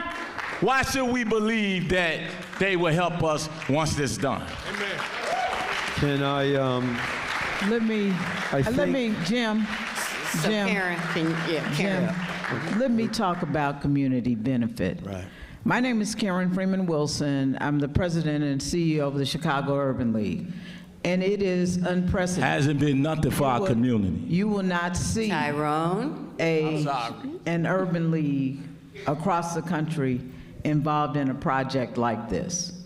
But because of what you just said, Mr. Muhammad, because of the racial wealth gap that exists in this community, we understood that if you built another project at One Central, wherever the other two are, and didn't provide for a game-changing investment in the community outside of that development, if you didn't provide for training, if you did not provide for not just the opportunity for businesses, but the opportunity for businesses to get bonding, to get insurance, to get working capital, and to get technical assistance to fulfill any subcontracting or contracting opportunities, that this would be just like every other project. And so what is built in for the community, what is built in for those who are returning citizens, what is built in for those people who have been engaged in those activities that they feel like they don't have a choice but to be involved in, is a chance to participate in this project from day one. It's not just in the future, it's not just pie in the sky, and it's not just about the casino, but it's about creating a community investment corporation that will allow for investment in other parts of the community. That's what this project does that no other project does. Let me speak to Mr. Okay. Let me just comment. You got 30 seconds. As Mr. Muhammad decided to make an accusation to me and my character and what now I've I get to speak back. Okay. to him. Okay. I can, You can Okay. do To what you want respond back. to do, but you don't know what Jim Reynolds does. I don't care what you do. And you don't know how much I've given. I'm gonna just let me. I heard you out, and we can run around, and everybody can be angry. And I understand you got a reason to be, having been incarcerated for something you may or may not have done. I got that. I got that. His time is up. But I'm from Inglewood, and you ain't the first brother that I've seen that's come out of prison. And you ain't the first brother that's engaged in this sort of dialogue. Okay, I'm going to cut off microphones in a second. No, this. Stop. Okay, we're going to chill for a second. You're going to chill for a second. That's chill. That I understand why you want to defend yourself. Let me give my answer because I really want to give my answer. He filibustered. If you want to make a difference in our community, you create jobs for folks. You give folks that have businesses opportunities to work. You take young people so that they won't end up in prison, hopefully, and you get them on a path to skills, to learning, keep them in school. You do some of those things to kind of do, and that's where I'm focused. Now, as I look at the community that I'm from and a part of, I don't think you're going to find anybody in the city that does more than I do. And if you find that person, I want you to introduce them to me. Because I don't just run around yelling at people, accusing them falsely of things. I actually do things. And so I will just kind of leave that at that. If you want to sit down and have a discussion with me, I will sit down and talk to you anytime and any place. All right? So I'm done with that. So this conversation is about a casino. Can I respond? No. I love you, but that's no democracy. No, I gave you a chance to speak. I've been in debate before. Tyrone, I gave you a chance to speak. Tyrone, I'm going to stay here afterwards, and then you and I could go out and talk. Excellent. I appreciate that. I also would like to address that because you made a difference between the African American community and the Latino community. My community has been one that has been underrepresented, one that has been underserved for many, many years. And on behalf of the Illinois Hispanic Chamber of Commerce, I need to make sure that my organization works with a group that at least is giving me the first chance to react and to put front all the needs that we have as a community. We have not had that opportunity with many projects throughout the city. And I need to make sure that, and you know, at the beginning in the presentation, we talk about the contracts that are given. I am not interested in the contracts that are given, but in the longevity and the sustainability that it's going to help my community, those that are youth, those that are going to college, those that are looking for better opportunities, those that are looking to have a house for the very first time, and those that are trying to keep their businesses afloat. And they have given us that opportunity to express those needs. Okay, so we're gonna, is this mic on? Can you put my mic on? I get to keep my mic. We're going to take a deep breath. I understand Mr. Mohammed's passion. Ex-Cons for Social Change are an important partner for us in the city, and I understand why Mr. Reynolds felt attacked. But at the end of the day, this conversation tonight is about a casino and about its impact in a specific community. But also about the city at large, because this casino, whatever casino is chosen, is going to benefit the city writ large. If we can reduce the burdens from our fire and police department pensions, that will help us with our budget overall and free up space so that we can invest in the programs that will change this city and make it a city where everybody feels included and welcomed and able to prosper and thrive. And so I want to get back to questions, but I'm going to ask that we not make any personal attacks on anybody, including not making slights on other casinos, because I've been letting y'all get away with that. Because, you know, I know it's a competition, but I'm telling them the same thing. I need the questions to be about the casino. So is your question more or less about the casino? It's about the casino. My mic is off. It's about the casino. She can have her microphone. She's, you know. I am trauma fighter Takara Hayes, the executive director of Tenacity of Chicago. I personally do not feel that the casino should take place because we can sit here and talk about building generational wealth, but then it's another underlying issue that we're missing, and that's the mental health aspect of it. I feel like bringing a casino inside of a community that's impoverished and that deals with a lot of traumatic experiences don't need another hindrance. We're now getting to the point of being able to have some type of resources to make $1 circulate in our community. We don't need anything to dismantle or distract us. That's all I got to say. Thank you. Is your question about the casino? I think so. Okay. I'd just like to yield to our executive director. That's democracy. I love America.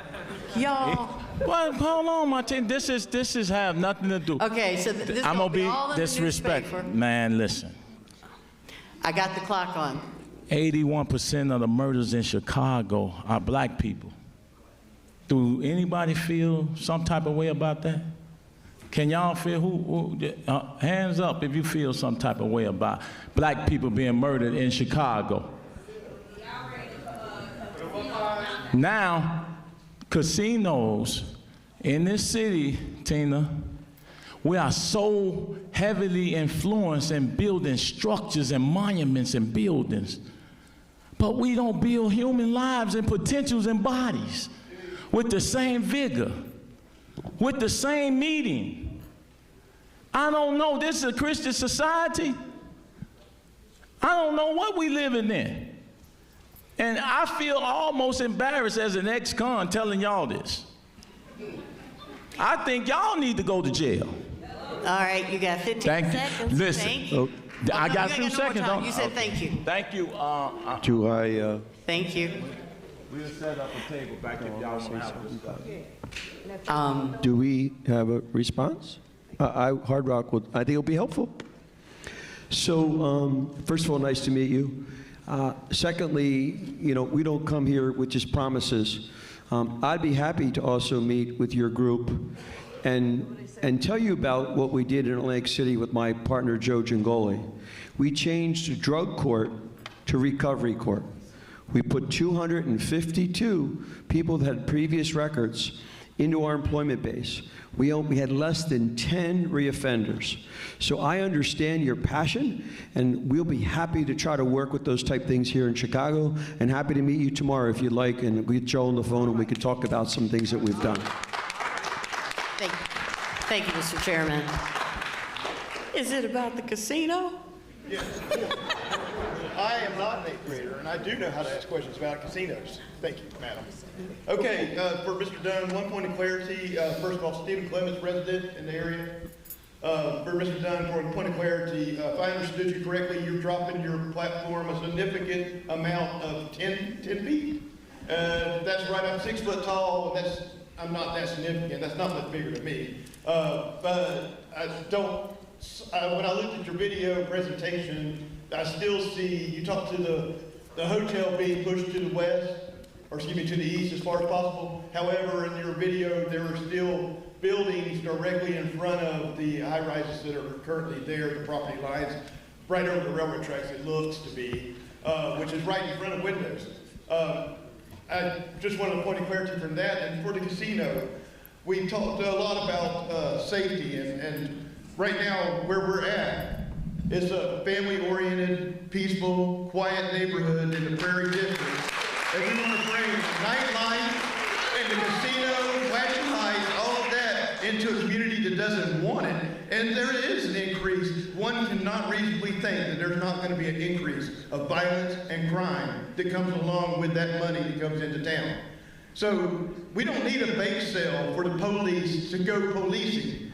We don't need that sundry items. We need to not create extra work for the already strained law enforcement agencies in the city and the state of Illinois. Thank you for your concern at that time. Appreciate you. I don't know, you didn't appreciate my levity about being an 8th grade teacher, because there's another side of me too. I lost track of which side I'm on. I think it's on this side. Is this about the casino? Tina? Of course. I want to respond to that. Please because 2 things. One is, I'm probably one of the only people who has been on both sides of this issue. And I can distinctly remember, and I'm sure it happens in every community across the country, where people come in and say, not in my backyard. There's going to be crime. There's going to be all of these other ill effects. And history has shown that is just not the case. I heard the same thing when we had the public meetings about Hard Rock and Gary. It didn't happen. In fact, it improved the neighborhood. But the other thing is that a lot of people have talked about my view. I want them to drive around the city and look at the views on 47th Street, look at the view on 63rd Street, look at the view on the west side, look at the view in the other areas. Sometimes you have to make an investment in one part of the community so that it can be felt and seen in the other parts of the community.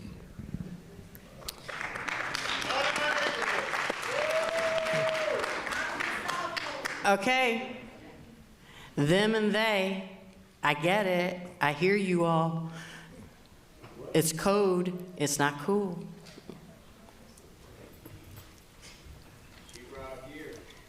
We on this side yet? Yeah. Is your question about casino? Of course. Okay. More or less a solution to your issue of equity. So my name is Willie J.R. Fleming. I've been an advocate, activist for 20 years. I'm one of the groups that helped stop the Olympics from coming. I'm from a community called Cabrini Green, right? Where the promise of 2,500 construction-related jobs was given to us, and it didn't happen, right? So we need assurances, right? We know that the city of Chicago and most of these major developers like yourself have project labor agreements with the union, which will exclude most of us minority qualified contractors from participating if we're not a union signatory. So we want to get straight to the crux where we can participate. Transportation, right, to and from. Valet jobs, to and from. Security jobs, right? We want to see housekeeping and management of the casino, not just Eastern European and Latino, but we want to see it as black as Gary, Indiana, right? This is still a black city. There are so many areas, marketing, promotion. You talked about entertainment. If you have a partnership with Rock Nation, I can tell you with 20 years of entertainment experience, Rock Nation is going to control who get booked and how they get booked, right? So when you make promises of reaching out to local entertainments and promotion company, let me be clear, Chicago don't have that many major black promoters, right? That's booking concerts and shows. And I would know if you had reached out to them. We want to say be intentional about the promises you make. Because again, I'm from Cabrini Green, where they promised us 2,500 construction-related jobs. We got 40. That's $123 million that the CHA mismanaged. And TIF money, right? These promises have been made for years, Jim. You know, you've been in the city. Loop Capital have been around. I know the black money, your money, Rogers' money. I know who got the money. When folks say that they need the assistance, let's not wait for these major projects to do it. I'm a license holder in cannabis in the state of Illinois. Can you believe this Negro who had weed charges actually won a couple licenses, right? Okay, you're running out No of time access for your to black question. capital. No access to opportunity. What we're saying is stand on y'all word. You know, too many times, too many years, too many decades, promises of opportunities and benefits to the community are made, but they just don't happen. In the age of equity, make sure that that equity stretches to the bottom folks, right? Nothing personal against the urban league. In the black community, there's a class struggle. We know it.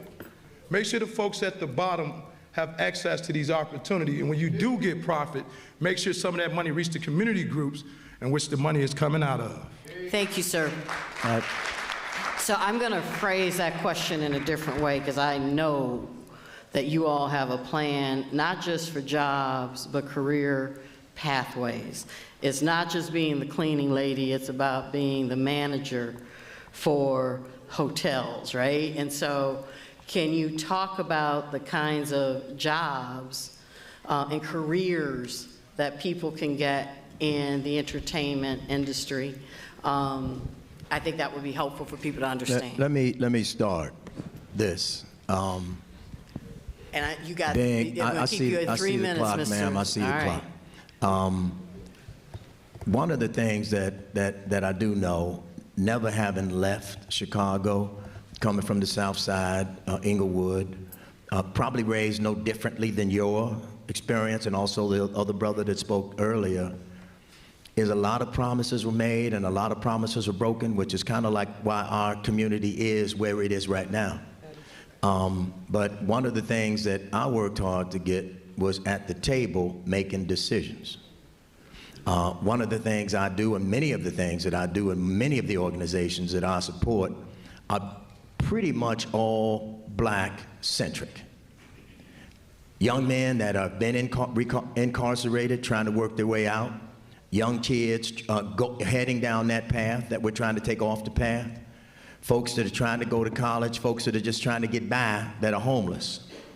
One of the key things that is a passion of mine, and I know we're going to do, is we're going to build a facility like a university. I've done this already, where we're going to take young black kids and teach them how to do these jobs from high school on through so that they can learn how to do, whether it is in the construction trades, whether it is the hospitality trades, concession trades, all the jobs that we have, we're going to be teaching young people how to do.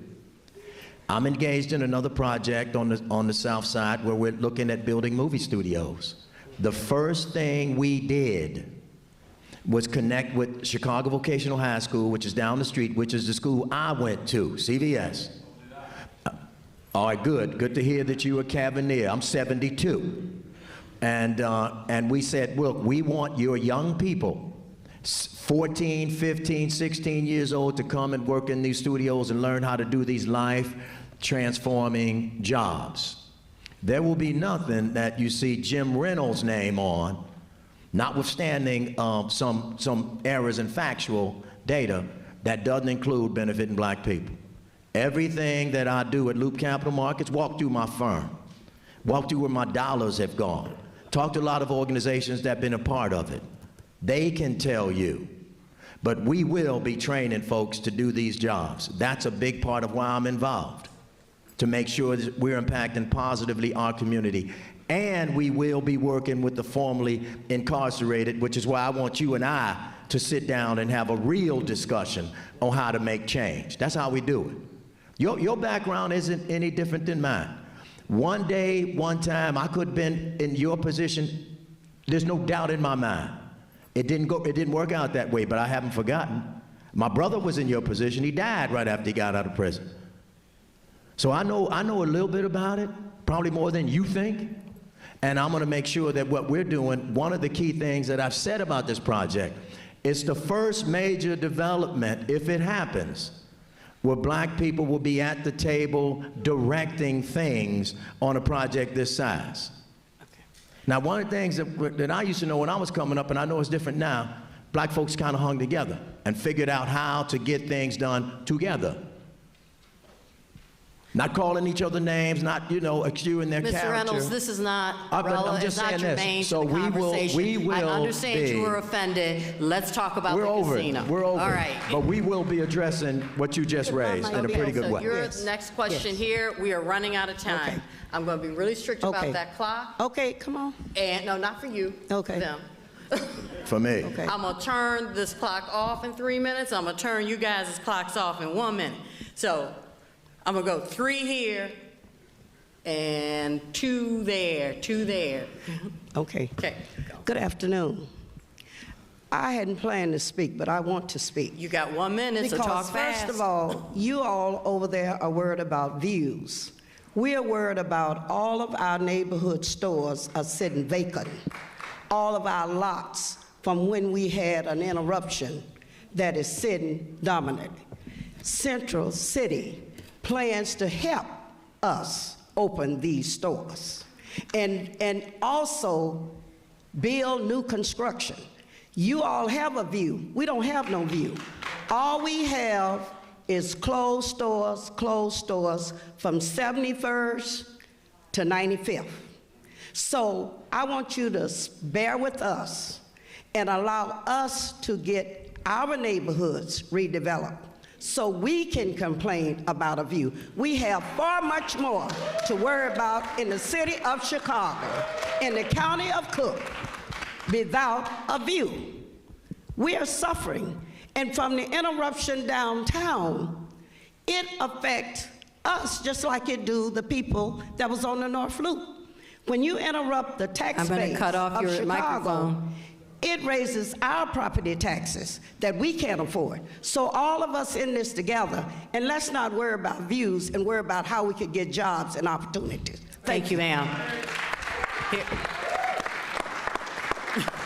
Go ahead. So my name is Demond Hayes. I'm a job developer for Centers for New Horizon. I heard you speak on the views from 63rd, 47th, and so forth and so on. None of that money gonna trickle back down to 47th and 43rd. And we got to see we super cool on seeing big buildings. We've been seeing that our whole life. But there's a lot of stuff going on our end. And my question is, How are you guys gonna come and hold yourself accountable for what you're telling us today? You just spoke on some heavy things and how the black community could be affected. But y'all showed me 16 pictures on this PowerPoint y'all prepared for us, and that wasn't in none of those slides. So intention comes with your action. And I seen what your intentions was through the PowerPoint slide, and then you just defended yourself through the Q&A session. And we need to be more head-on and be held more accountable for who we're actually affecting. Thank you. Sir, we talked about the Community Investment Corp. That Community Investment Corp, wait a minute, I'm gonna wait till he finishes walking. Okay. That Community Investment Corp is for investments in the South and West Side. That's the whole point of it. And that is connected to this project. Thank you. We actually still have 2 minutes on that question, so it may be helpful. The way it works with these large integrated resorts, it's real simple. If we don't hit the targets that we, that we promise or we put in writing in the contract with the city, then our license doesn't get renewed. It's just that simple. That's the way it works in New Jersey. That's the way it works in a lot of these jurisdictions. This isn't, no disrespect. I'm sorry, we still have 2 minutes. You don't have to use your whole 2 minutes. I know, but Okay. but this, I can't speak for the construction projects that may or may not have happened. But I can tell you this, that it is a requirement in a gaming license. We will sign our name, we will invest the money, and if we do not fulfill those requirements, our license is in jeopardy.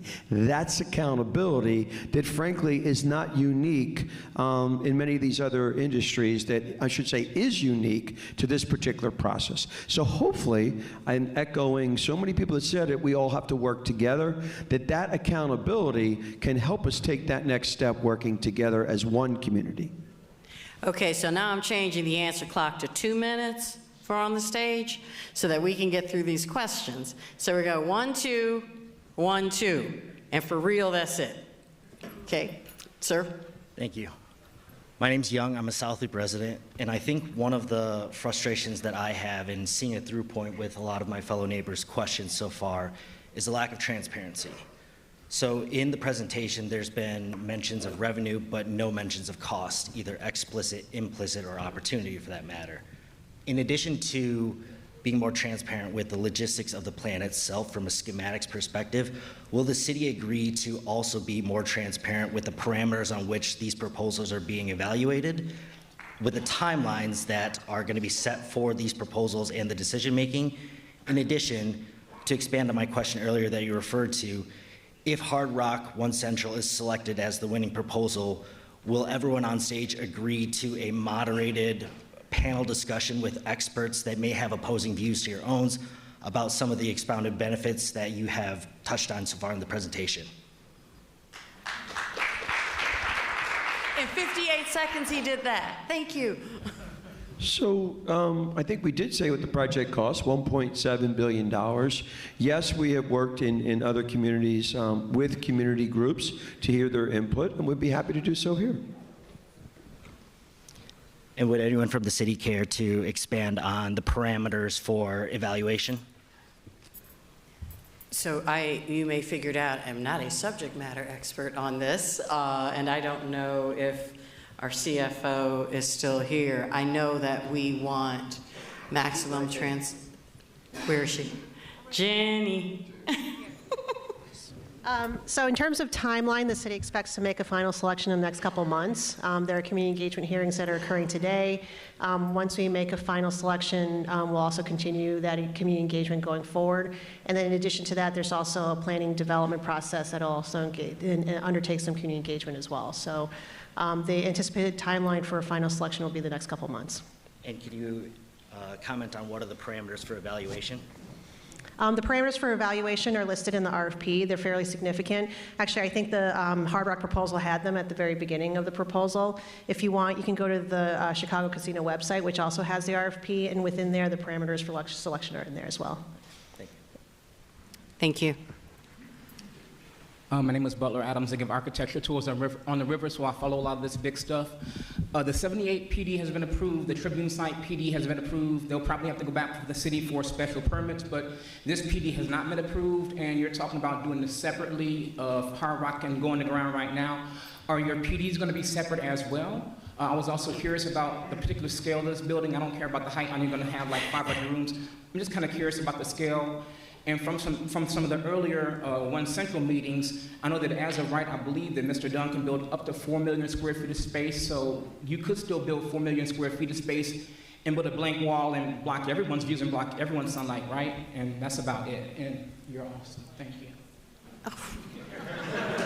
Thank you. Okay, I want him to get a really good answer to that question. I don't know if that's something that that the city should answer about PDs. No, okay. Do they answer about PDs? Okay, guys. Yeah, I think as the process continues forward, we will have to work with the city to determine how best to address the PD going forward. Is it joined together with One Central, or does it stand on its own? The fact, however, is under the current zoning, I believe the number is closer to 5 million square feet of currently allowed density on the site that could proceed today under the current PD. So this is a question that we have to ask of the city: is what's the best format to advance the PD? And there's a process when we do a PD. So I know everybody went, ooh, there is a process. So, all right, I think, I can't see this microphone, so. Okay, next. I'm next. Good evening. I'm Robert McKay. I'm on the south side of Chicago, and I'm also speaking for Brother Harold Lucas, who created the Black Metropolis Convention and Tourism Council. He's currently hospitalized and he's recuperating. But he sent in a proposal to he sent in a proposal to establish the casino at 63rd and Cottage Grove. And currently, because we do not have our youth prepared to move into the job functions in the infrastructure, and with this casino, I came out of Dunbar Vocational High School, and we were preparing students to move into the job market along with universities, and that has been cut out.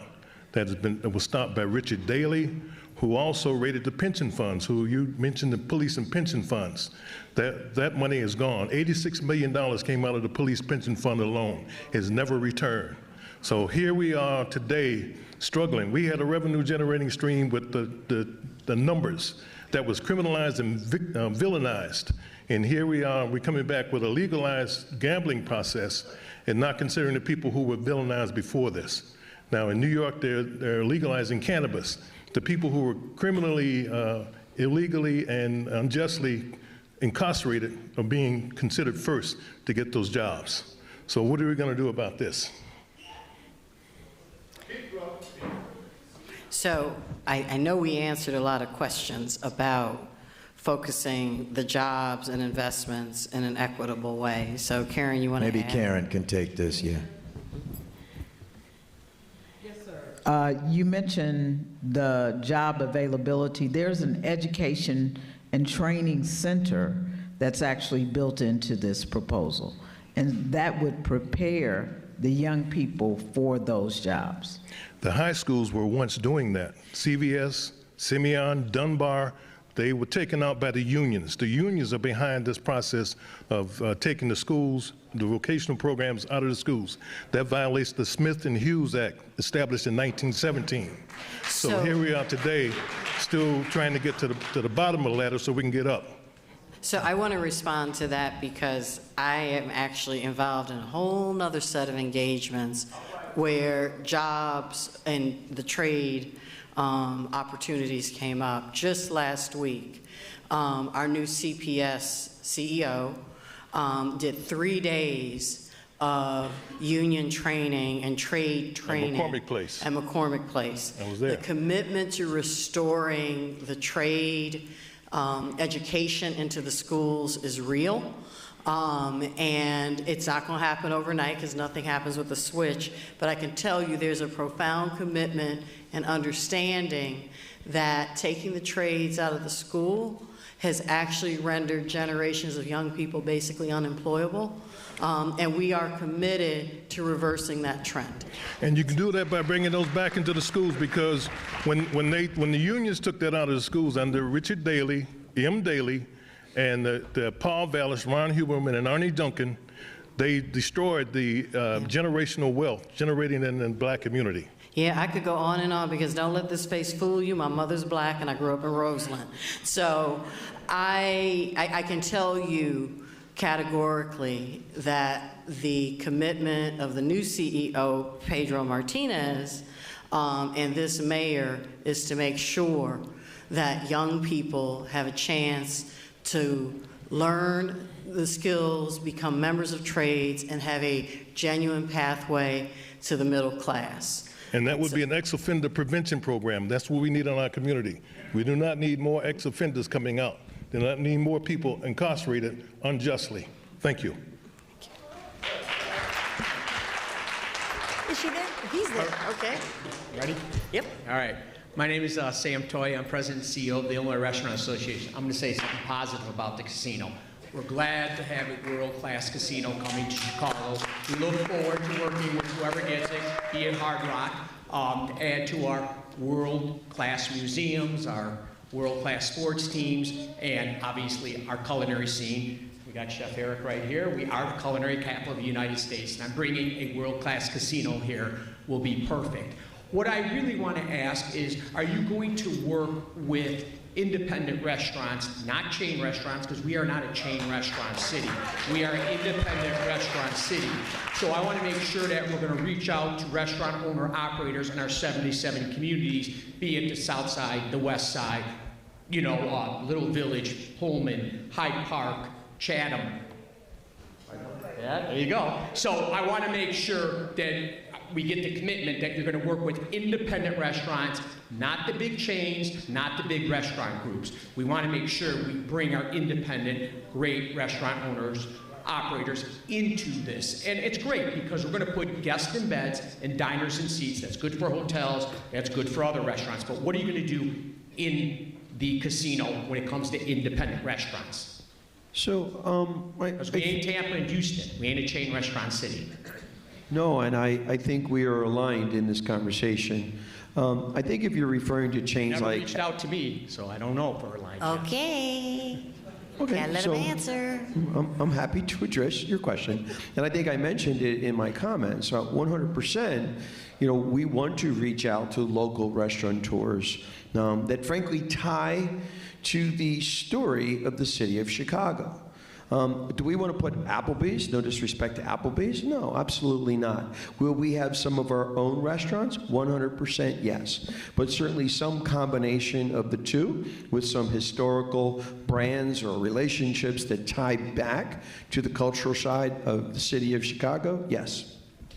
When you say your own restaurants, I don't know exactly what that means. I mean, you could put a Capitol Grill in there, which is Darden, which is a multi-billion-dollar company. So I'm asking, are we going to put our independent restaurants, and what's the commitment? 60%, 70%? Are they going to be African-American, Latino-owned? Because that's what Mr. Reynolds said, so I want to hear that, because I know Capitol Grill is not really owned by Yeah, I don't think we look at Darden or Brinker or any of those companies that we would be talking to them. I think we would certainly look at what is available, who is interested, based upon that particular level of interest. Then we can sit down and look at the overall food and beverage product. But 100%, some of these restaurants will be some of our own brands, such as, say, a Hard Rock Cafe.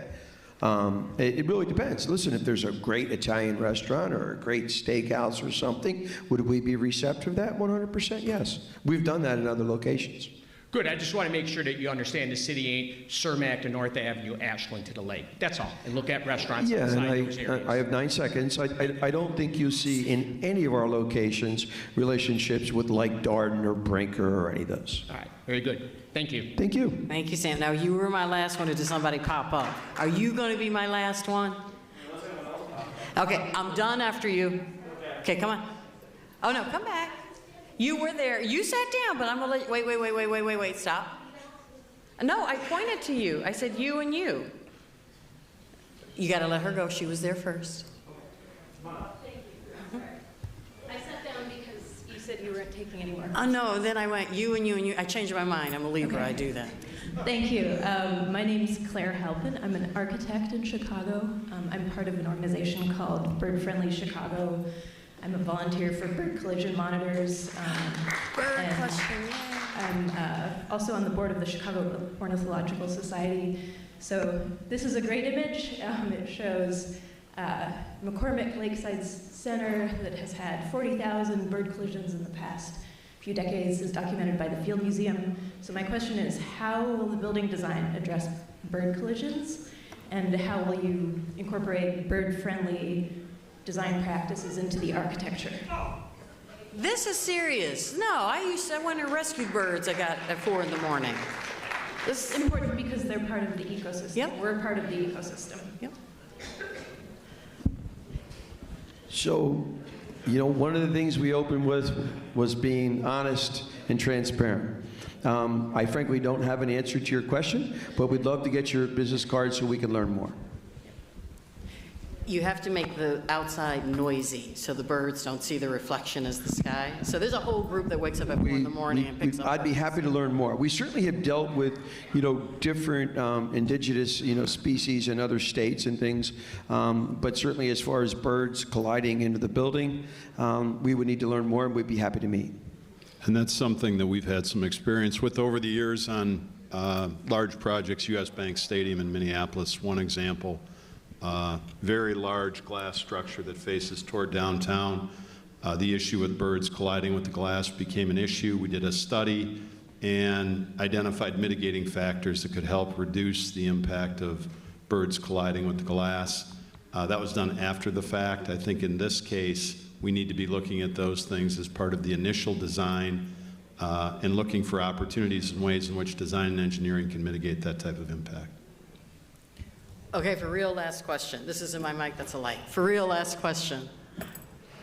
Hi, Sean City, Chicago resident. I also give tours on the river on the side.